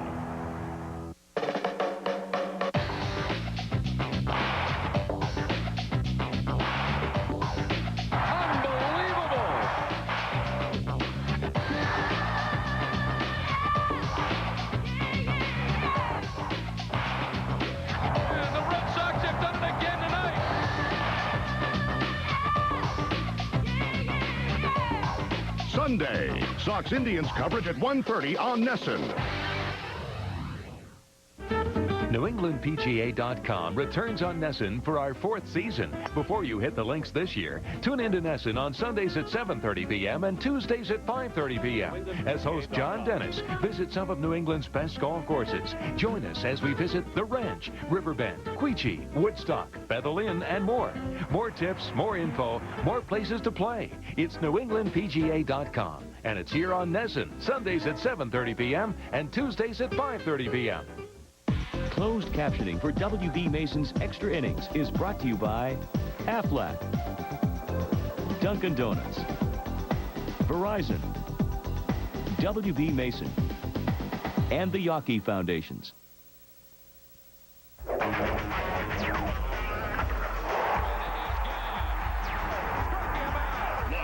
From our Fenway Park studios, W.B. Mason's Extra Innings. Well, it turns out to be a disappointing night for the Red Sox as the Yankees complete their task at Fenway by taking 2 out of 3 against the Red Sox. They leave Boston 1 game ahead of the Red Sox. Bob Rogers alongside Dennis Eckersley and Jim Rice. And guys, you know, before the ball game, we spent almost the entire show on the Boston Globe pregame report talking about Roger Clemens. And basically, Clemens did what he had to do tonight. Yeah, I mean, I didn't think it was really Roger Clemens, like, you know, rare form. I mean, if you give up 9 hits in 6 innings, usually you'd think a guy's pretty lucky, but he only walked 1 guy, punched out 7. Nomar finally got him. He was like 5 for 35 off him, and he finally hit a 2-run bomb off him. But that was it. That was Nomar's first hit and only hit of the game. Got it in the first inning, a 2-run home run, give the Red Sox a 2-1 lead. But impressive, Jim, that after that first inning, Clemens went 5 innings, didn't give up another run. Well, he became more of a control pitcher. He knew who he was pitching against. He knew what he wanted to do and had to do, and he went out and performed that job. Also, you know, after he got the ball hit off him up the middle, you know, I said to myself, this is the baseball God's way of working. Gets out of the inning, gets the big out. You kind of had the feeling he was done, obviously, and then you knew the Yankees somehow would scratch out a run. Well, you know, he had the right guy up there after he got hit in the hand. Who hit him in the hand? Trot? Yeah, Doug Mirabelli was the one he struck out. And, and Mirabelli had already gotten a hit, so he had the right guy up there, I thought, you know, to punch out. Yeah, Bill Miller hit him off the hand. And he punched him out, I think, with a forkball, and he made like a gesture like, yes! Like, in other words, he knew he was done right there, and it's like, it was almost meant to be that they were going to come back and score a run, and he's going to get a W. All right, unfortunately, our star of the game, brought to you by Subaru of New England, is a Yankee.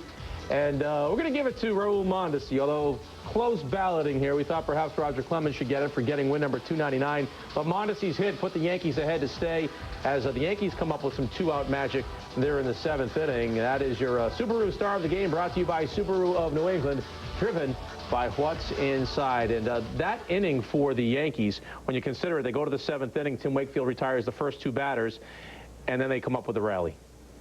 Well, the rally came in when Posado hit a line drive almost up the middle to Nomar's left, which he couldn't get.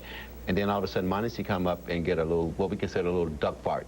I mean, it wasn't something that was a line drive. It was just a humpback liner, and that's what happened. So that gave the Yankees a lead, and they would add 1 more, which, you know, proved to be pretty big because you don't know how the 9th inning would play out if you're only down by 1 run. That's just the way baseball works. But I think, you know, looking back, Wakefield pitched a great game. I think Wakefield pitched better than Roger, to be honest with you. He certainly did. He lost the game. Tim Wakefield went 7 innings, 3 runs on 4 hits. Really an outstanding effort for Tim Wakefield, but unfortunately, the Red Sox cannot get enough offense against the Rocket and the Yankees, and they lose the ball game. 4-2 is your final. We'll take a quick break on W.B. Mason's Extra Innings. We'll come back. We'll have post-game reaction. Hopefully, we will hear from Roger Clemens. And remember, the Boston Globe Sports Plus program with Bob Lobel is coming up live from the place here on NESN in just a little bit. 4-2 is your final. Fill your glasses for a toast. Champagne?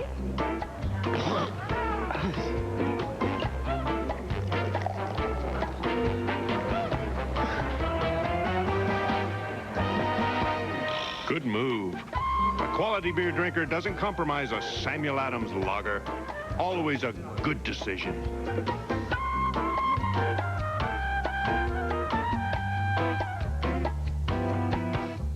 Red Sox fans have always been loyal, diehard, intense. Now it's time to get them licensed. Show your support for New England's 2 favorite teams, the Red Sox and the Jimmy Fund of the Dana-Farber Cancer Institute, with your own official Red Sox Jimmy Fund license plate. The plate shows off your commitment as a fan, and the proceeds benefit the Jimmy Fund. To get your license plate, visit your nearest Registry of Motor Vehicles office or log on to jimmyfund.org. From power to refinement, it's the best Accord yet. Auto Week magazine. It just doesn't get any better than this. Car and Driver. Inside this handsome new structure is a cabin that caters to the driver, Motor Trend. We've always received our fair share of accolades. The key is never being satisfied with them. Now you can lease a 2003 Accord LX sedan for $239 a month for 36 months. They struck him out. Deep and very gone. Oh, boy, big hit by Murray. He'll dive and make the catch. Right foul and score! Bruins score! The Red Sox win. Unbelievable. They struck him out. Get out of here. And the Red Sox have done it again tonight.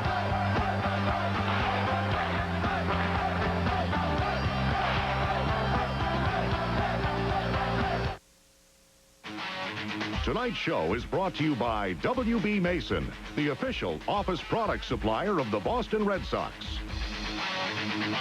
Welcome back to our Fenway Park studios. A disappointing night for the Red Sox as the Yankees make it 2 out of 3. But a big night here on NESN. The Boston Globe Sports Plus program is live at the place. That's where Pablo Bell is standing by. And, Bobby, I'm sure it's quite a scene over there.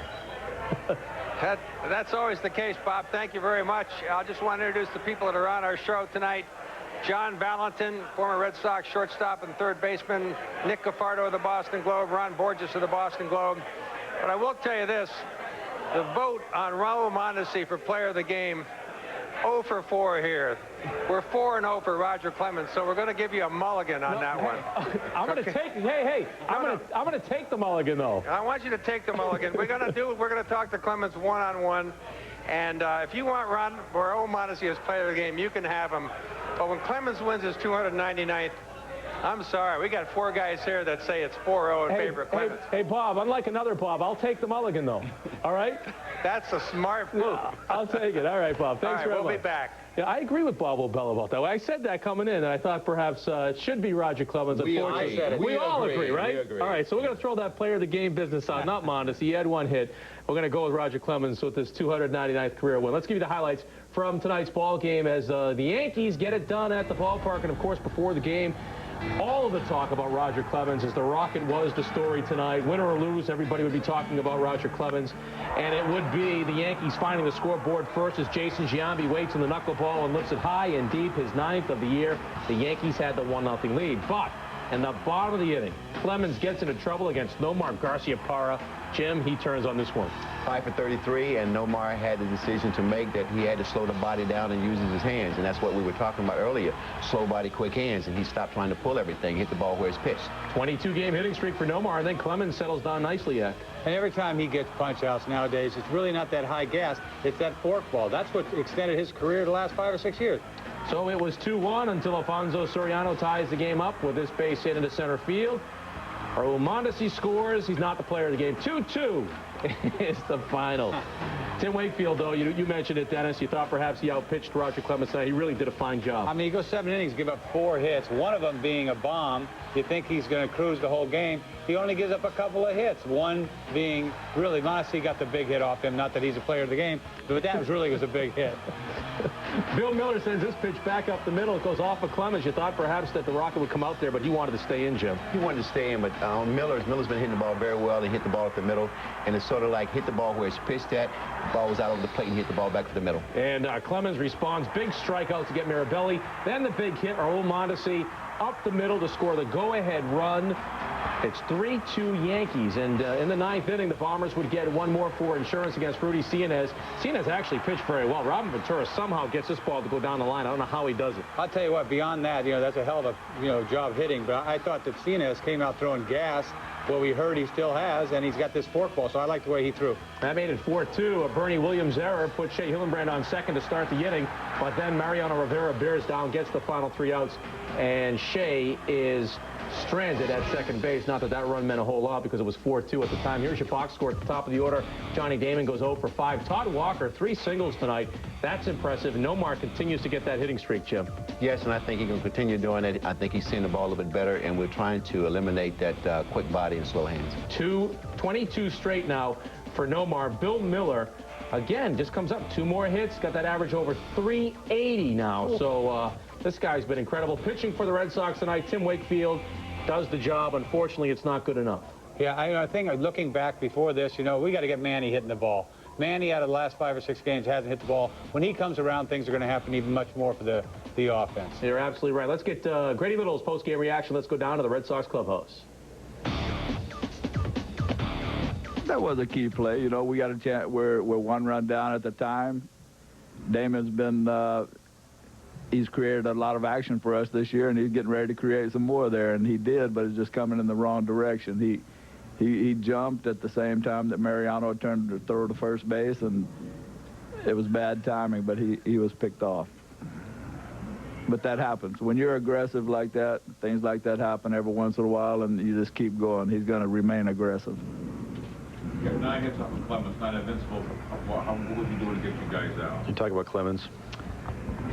He was making some pitches when he had to. We got some runners out there against him, just as we did against Wells the other night. But when these guys, when pitchers like that get into jams a little bit, get a few runners out there, they're able to make some pitches to get themselves right out of that jam just as quickly, and that's what he did again tonight. This guy won 299 games for a reason. And he'll be going for 300 against the Red Sox here on NESN on Monday. 4-2 your final. We're back with more after this.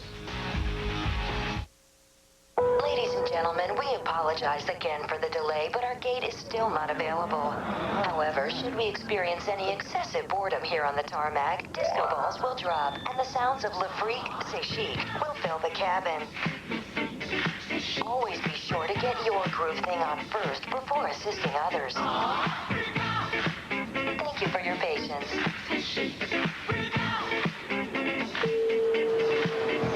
Discover your inner spin-off responsibly.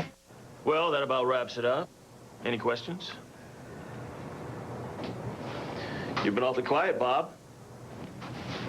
Bob? Thirsty for a cold drink? Try a refreshing iced coffee from the coffee experts at Dunkin' Donuts. Bob? The secret's out.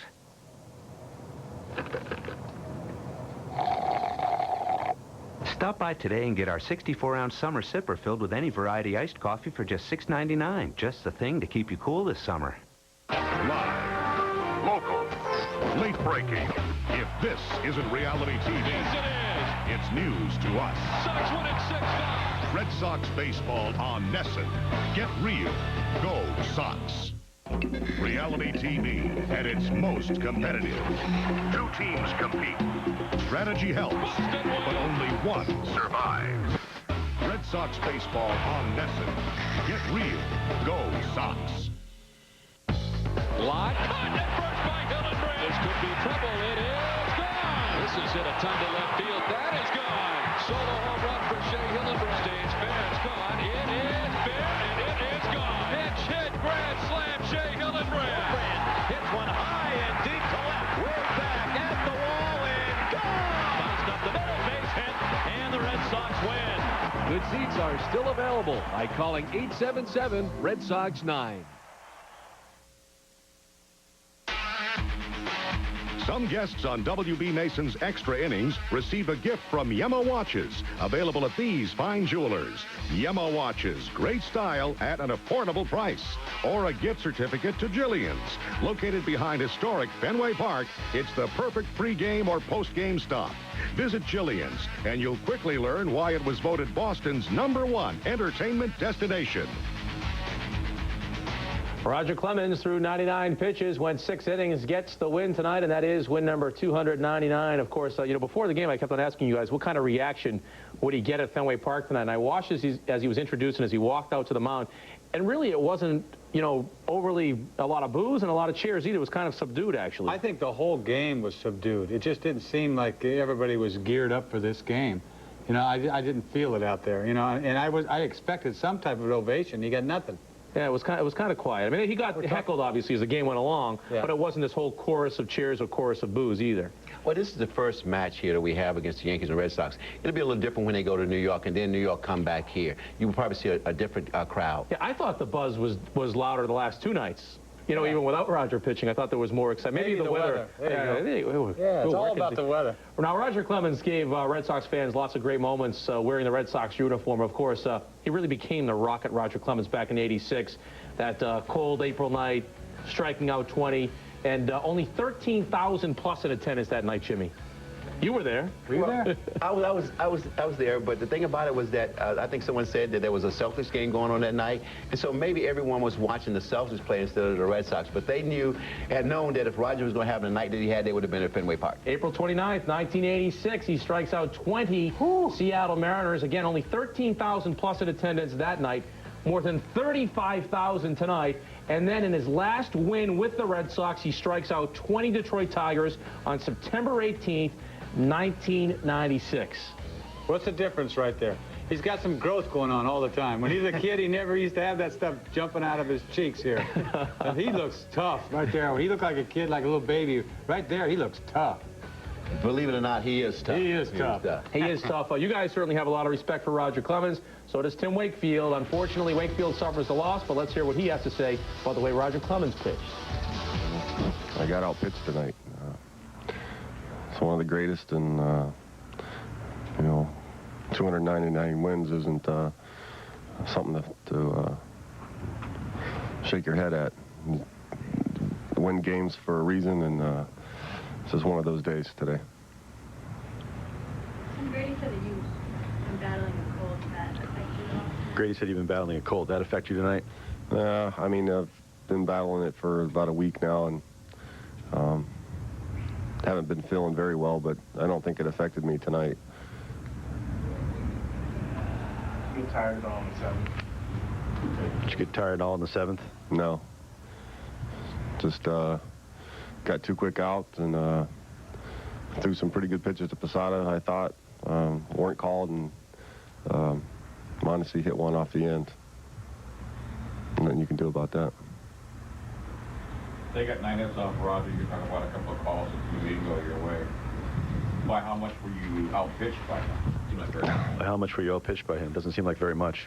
Not much, but I mean, he scattered his hits sparingly, and I didn't.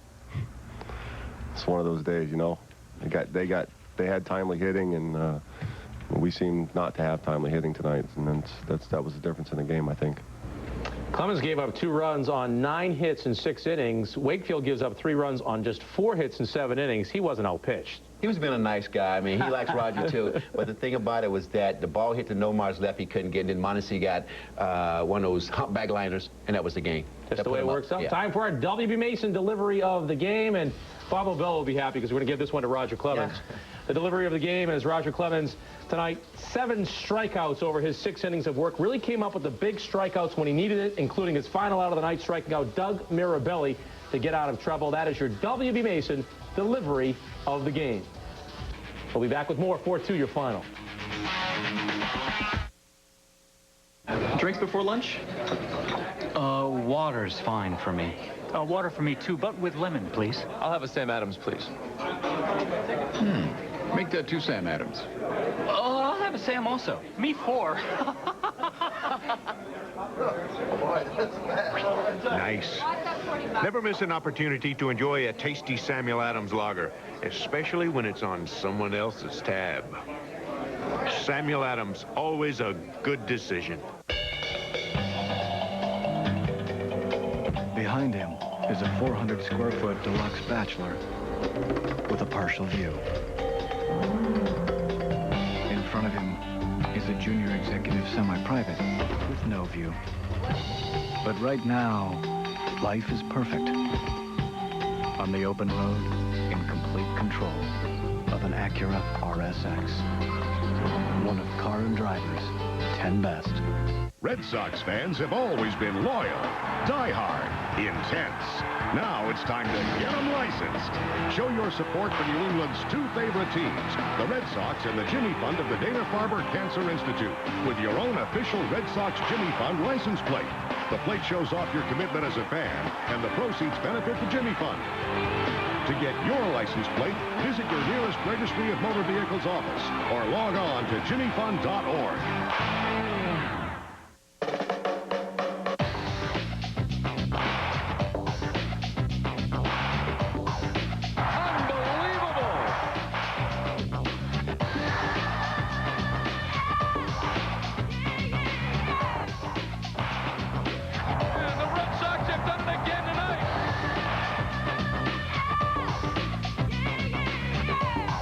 Sunday, Sox Indians coverage at 1:30 on Nesson. Fill your glasses for a toast. Champagne?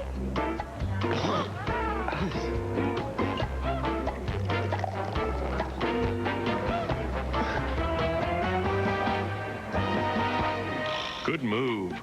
A quality beer drinker doesn't compromise a Samuel Adams lager. Always a good decision.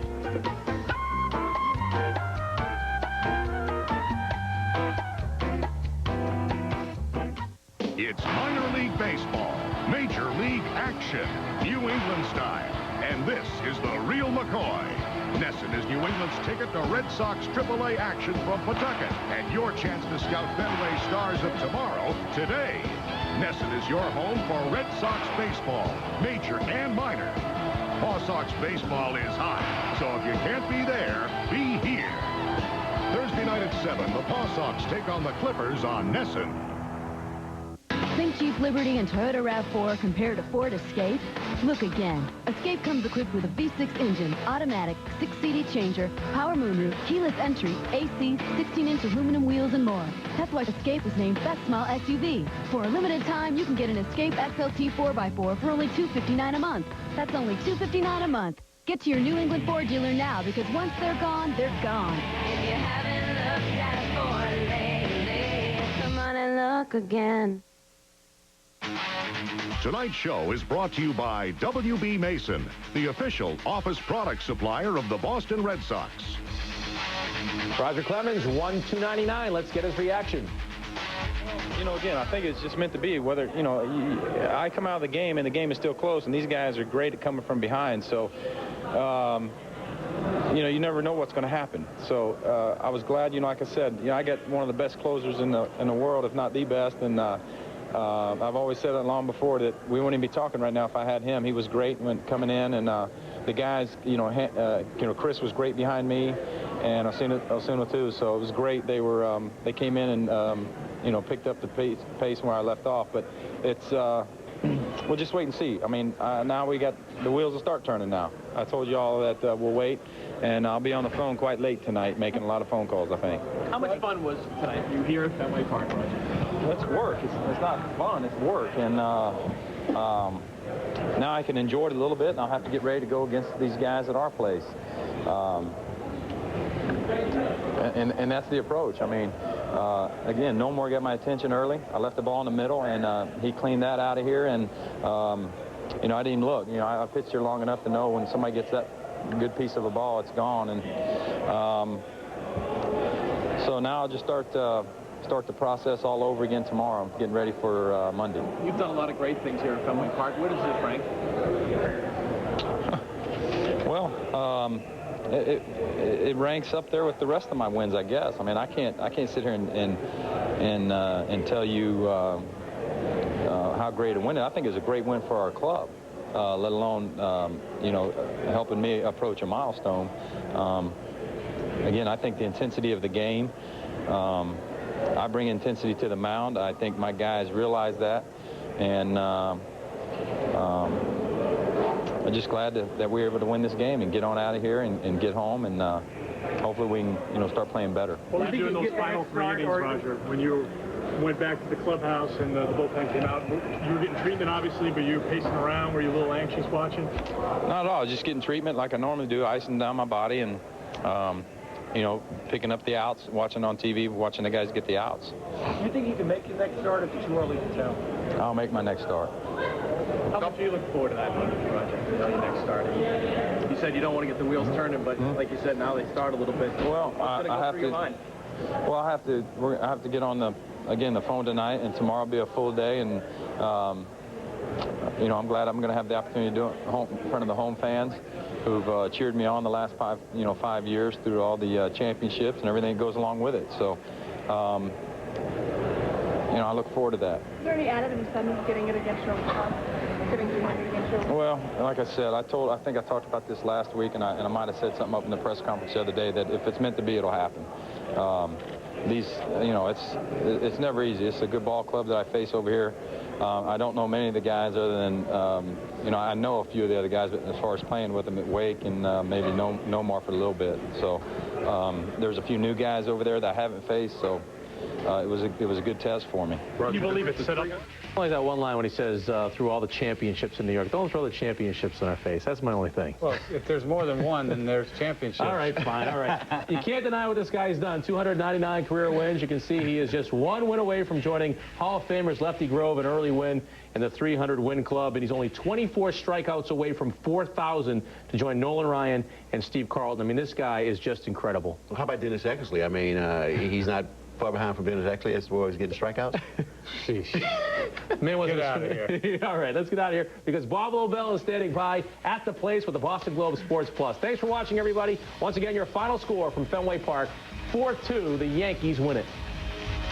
Our next ball game here on NESN is Friday night against the Cleveland Indians. The ball game carried in Boston on UPN 38. This has been